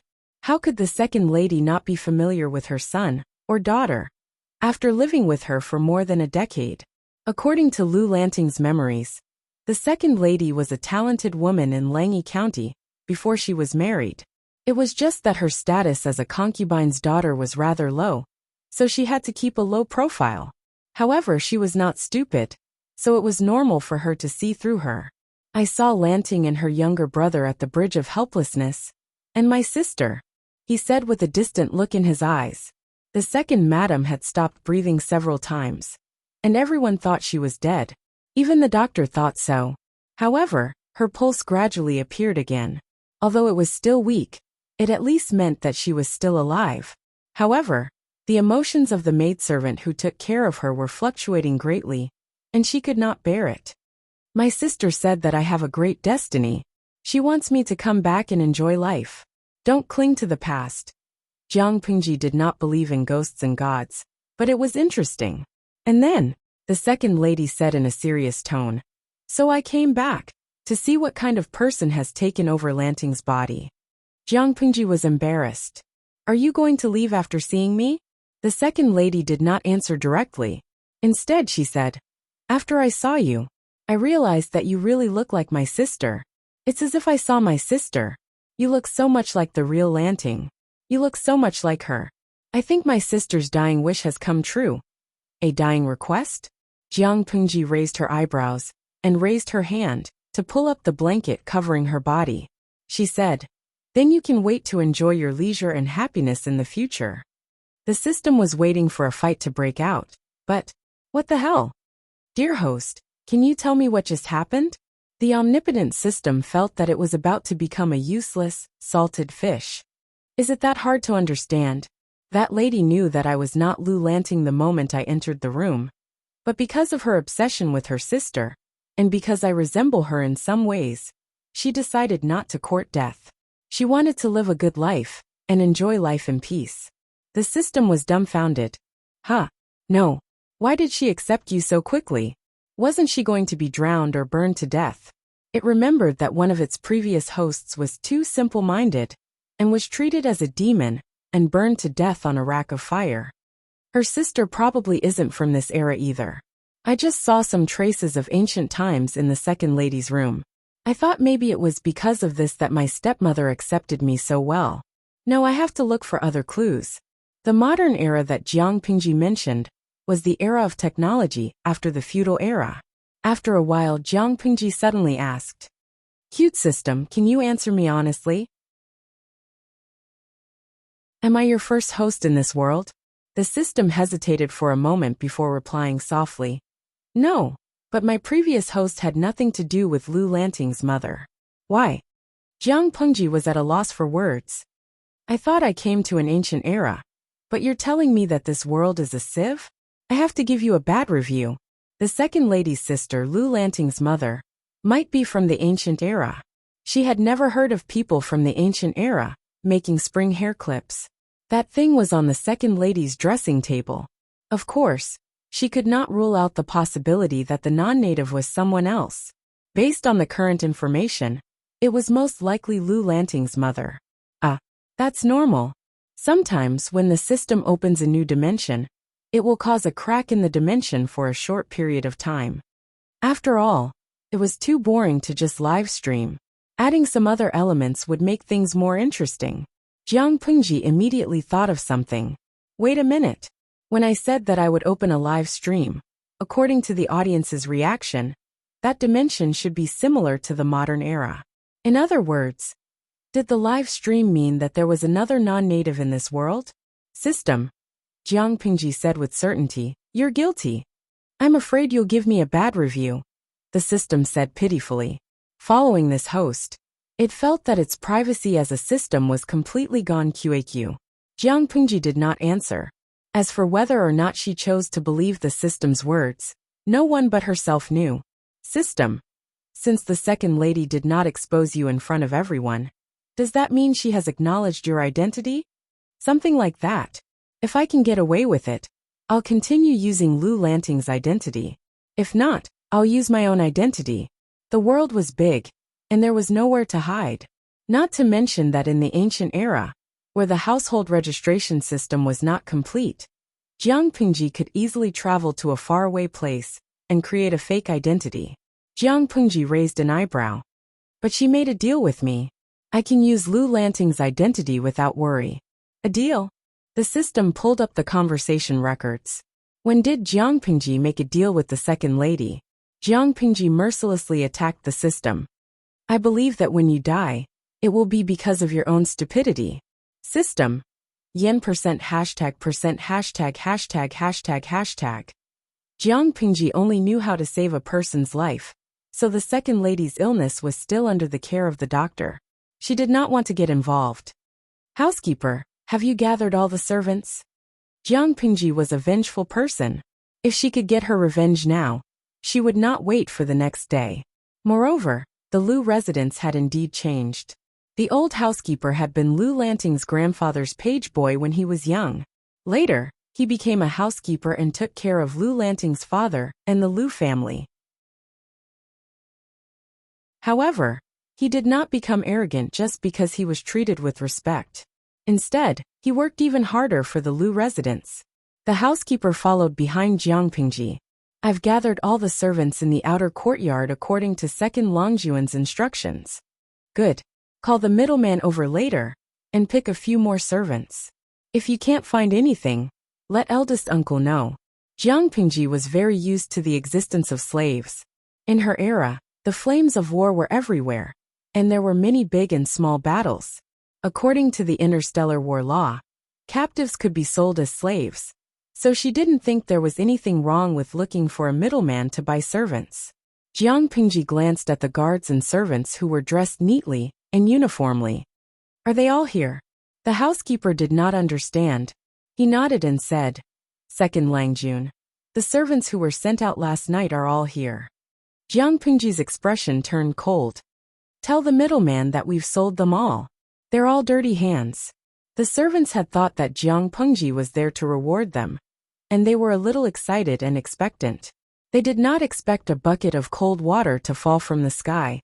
The bookworm Second Langjun, who knew nothing, actually said that he would sell them to human traffickers? The housekeeper hesitated for a second, but his loyalty won out. Yes, Second Langjun.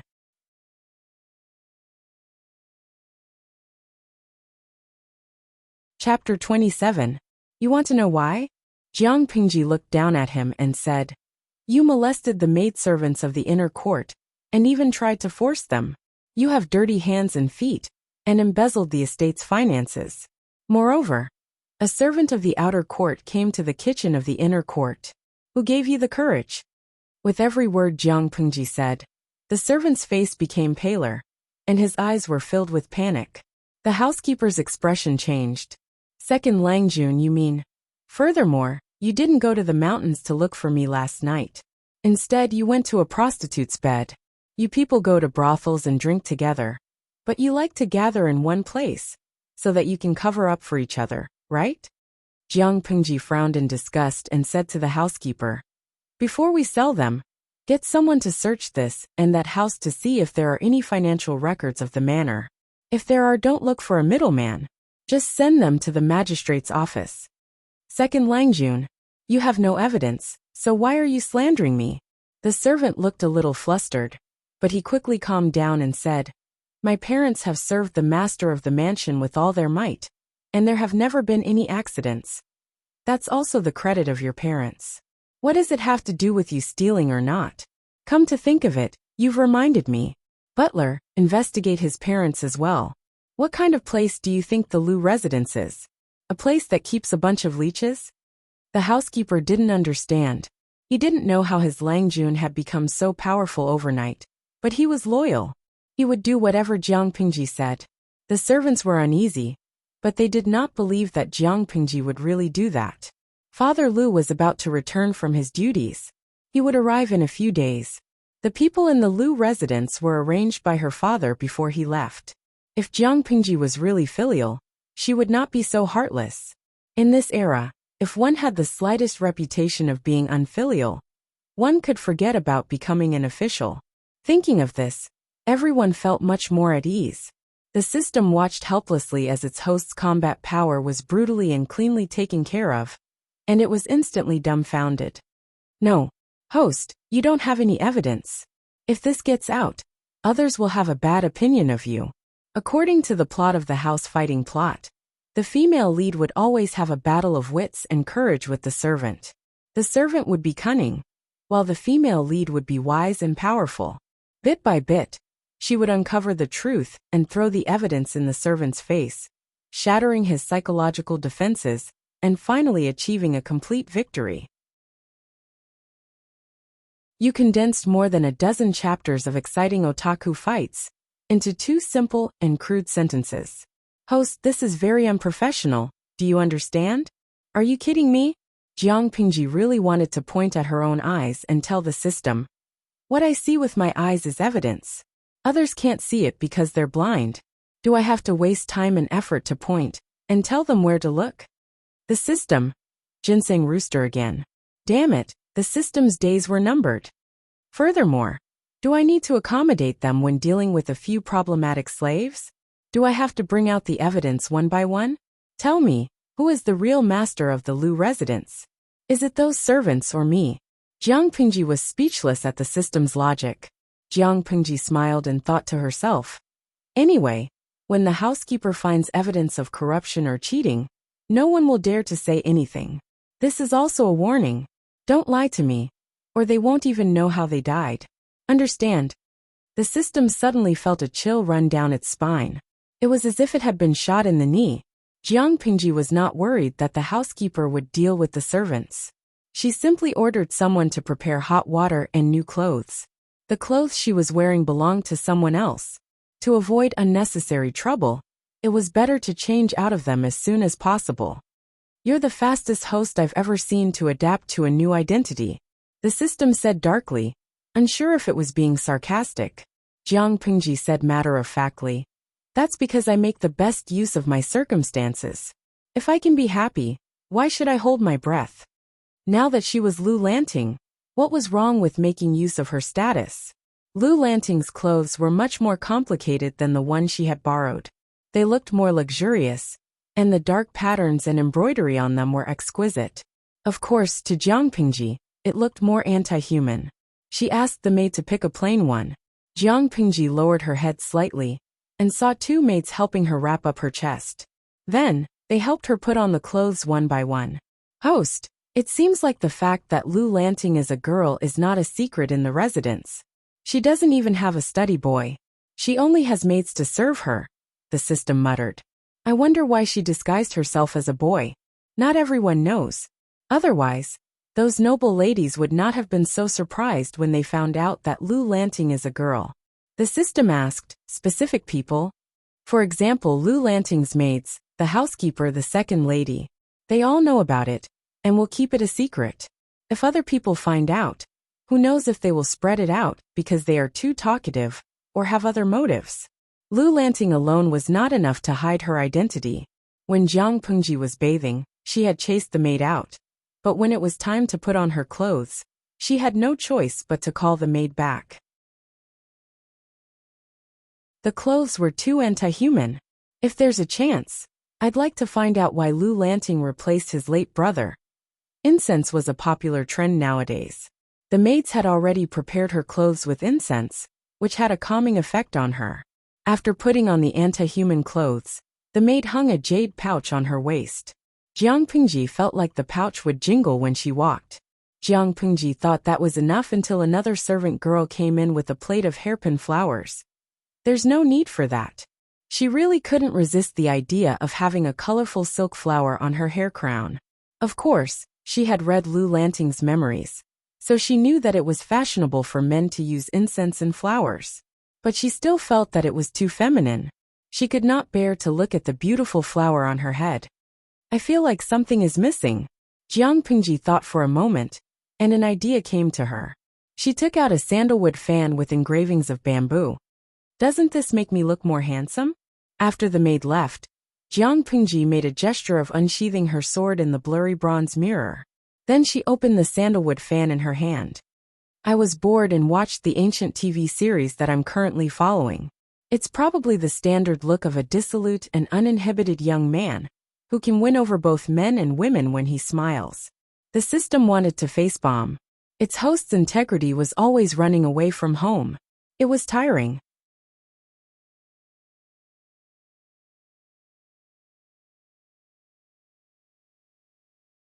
Chapter 28. User 3216. From Tieba, the almighty streamer is indeed a mysterious girl 23333 user A11. +1. The streamer's posture just now made my heart pound. Alice Baobei. Did the streamer really kill a lot of people yesterday? Jiang Pingji didn't understand. She glanced at the record and found that after she changed her clothes, the originally empty streaming room suddenly had more than 100 visitors, and the number was still increasing. From time to time, a system notification popped up that a visitor had entered the room. System, what's going on? Jiang Pingji was confused. Only 10 viewers came to the live stream the night before.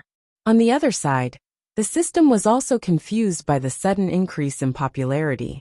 However, to prevent Jiang Pingji from becoming a rooster, it immediately displayed its dignity as a system and figured out the source of the wave of viewers in a second or two.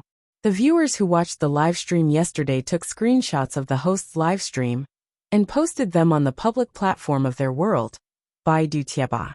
Now these tourists are attracted by the fame.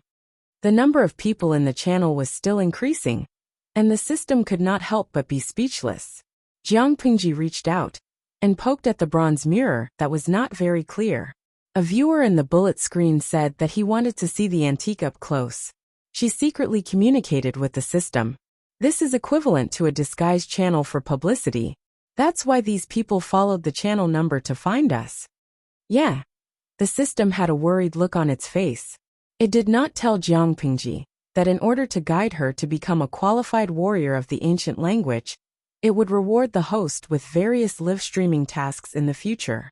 According to the degree of completion of the tasks, the host would be recommended by the live streaming platform of the dimensional world, spurring the streamer to rack his brains to broadcast live. The system's behavior was equivalent to an investment, but the investment was small, the return was huge. These were the rigid rules of the game set by the system itself, and it could not be changed. With recommendations, the popularity of the live broadcast room would increase rapidly. Jiang Pingji quickly accepted the setting. Then let me guess. I guess the publicity gimmick is the video of me killing people, hunting and promoting food? People like to watch a good show, so it's not surprising that it could attract so many people. The system, on the other hand, had a bitter taste in its mouth, but it could not speak of it. On the bullet screen, viewers kept asking if the video of him killing the bandits last night was real, and some people kept questioning it. AI. Some guru checked it and said that there is no trace of Photoshop in the video. Host is a liar. Liar. If she dared to kill so many people, the people's uncles would have taken her away. Don't rob Lu. I told you that it's a live broadcast of otaku fights. In ancient times, killing thieves would be regarded as heroes. Chives Bankai. I don't know which film studio it was shot in. It looks real, but it's actually faking its death. Host, stop lying. Only a fool would believe that there's such a thing as a multidimensional live broadcast. Those who are watching can go home now. Leave the channel to preserve your intelligence. User 1438. But don't you think it's weird? It seems like this channel number can be found on any live streaming platform. User 334. I tried it just now, and I can really find all of them. Panda, grilled fish and wayaks are all available. I was scared to death. User 3356. She's stirring things up again. It must be a host who has gone crazy from wanting to be famous. Didn't the news say that a host had transmigrated? In the end, it was proven that the other party was lying. It's obviously fake. User 3838. Crazy from wanting to be famous +1. These women who have undergone plastic surgery, in order to be famous, will call rich men husbands, sleep with them, dance, strip, scream, and have sex with a few men. What can't they do? It's disgusting. They'll open their legs as long as you give them money. User 5567. Crazy from wanting to be famous +N. It's so ugly. Nowadays, any woman who can open her legs can come out for a live broadcast. The culture has been led astray by these sensationalists. I dare predict that when this host becomes famous, she'll definitely send gifts to rich men from thousands of miles away. User 9873. Crazy from wanting to be famous +N. I'll bet 20 cents that she looks like an underage girl, which suits the tastes of some perverts. Jiang Pingji did not set a bullet screen limit for the audience, so there were all kinds of comments on the screen. Most of them were questioning, and some were even cursing. She expressed that it was the first time she had seen such a chaotic scene. It was as if a tank of dirty water had fallen from the sky. Host, do you want to limit the number and level of the bullet screen? The system saw that the number of viewers had risen to the 500 mark. Although it was happy to gain popularity, it was also worried that its host would hate the live broadcast even more because of the intensive abuse and ginseng cock. When that time came, it would cry. The bullet screen was flying, but Jiang Pingji's reading speed was not just for show. The escalating abuse and comments refreshed her vocabulary. Jiang Pingji, on the other hand, said suspiciously, "Why limit it? It's quite interesting system." It was wrong. Its host was not an ordinary person at all. This level of ginseng cock was not even enough to scratch an itch.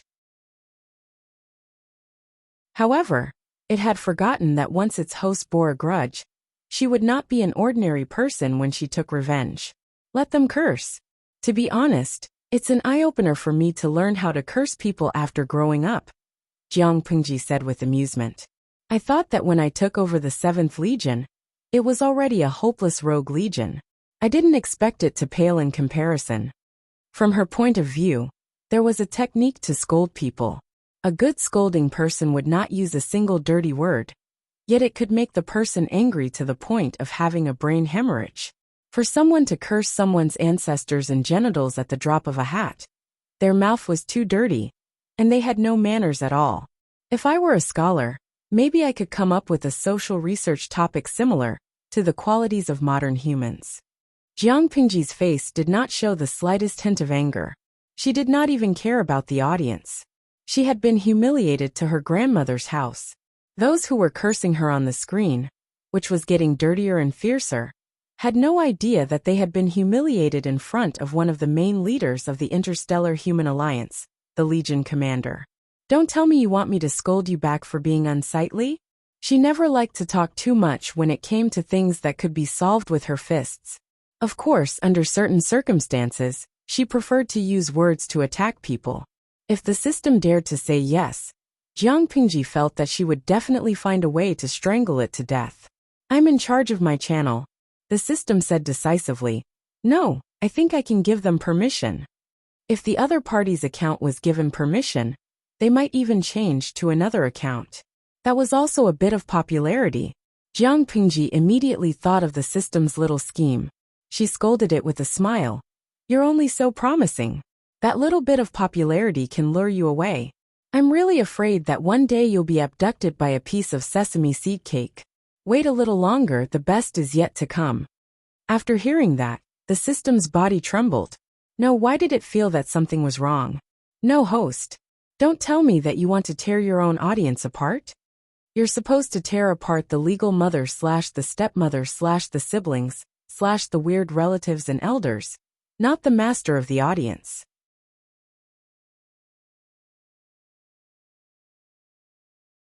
Chapter 29. Some of Jiang Pingji's words were like toilet paper. She threw them away after using them, and let them go as if they were farts. The insults on the screen were getting more and more unbearable. Some angels could not take it anymore and started fighting with the trolls. Jiang Pingji's eyes were extremely sharp.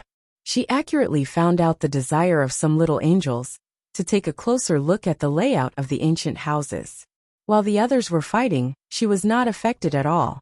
Lu Lanting was the only legitimate son left in the family, so most of the family's resources were given to her. Lu Lanting's father was often away from home, so the study was Lu Lanting's. Even if her only legitimate brother wanted to borrow books, he had to ask for her permission. In that era, there was a clear distinction between legitimate sons and illegitimate sons. In some aristocratic families, illegitimate sons had a lower status than even servants. She heard that her brother had broken his head playing yesterday. She wondered how he was doing now.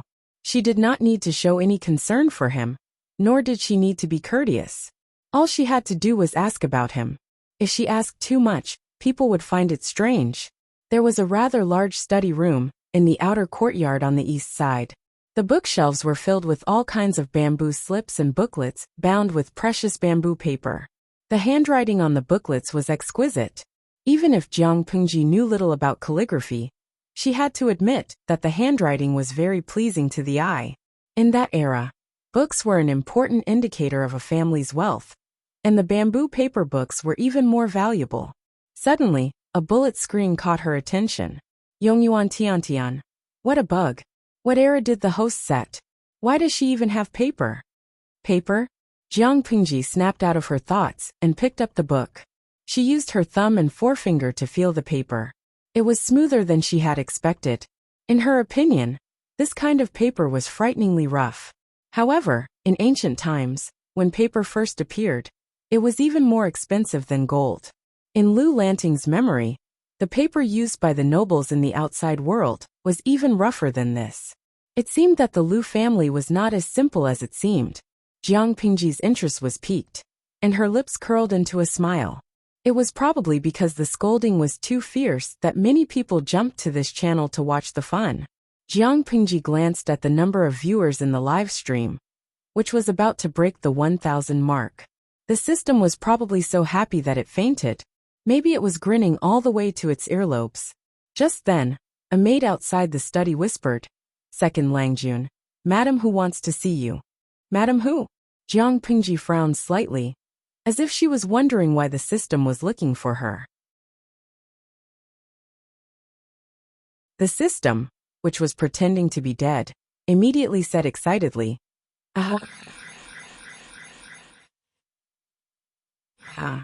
You're thinking too much. It's probably because of the servants.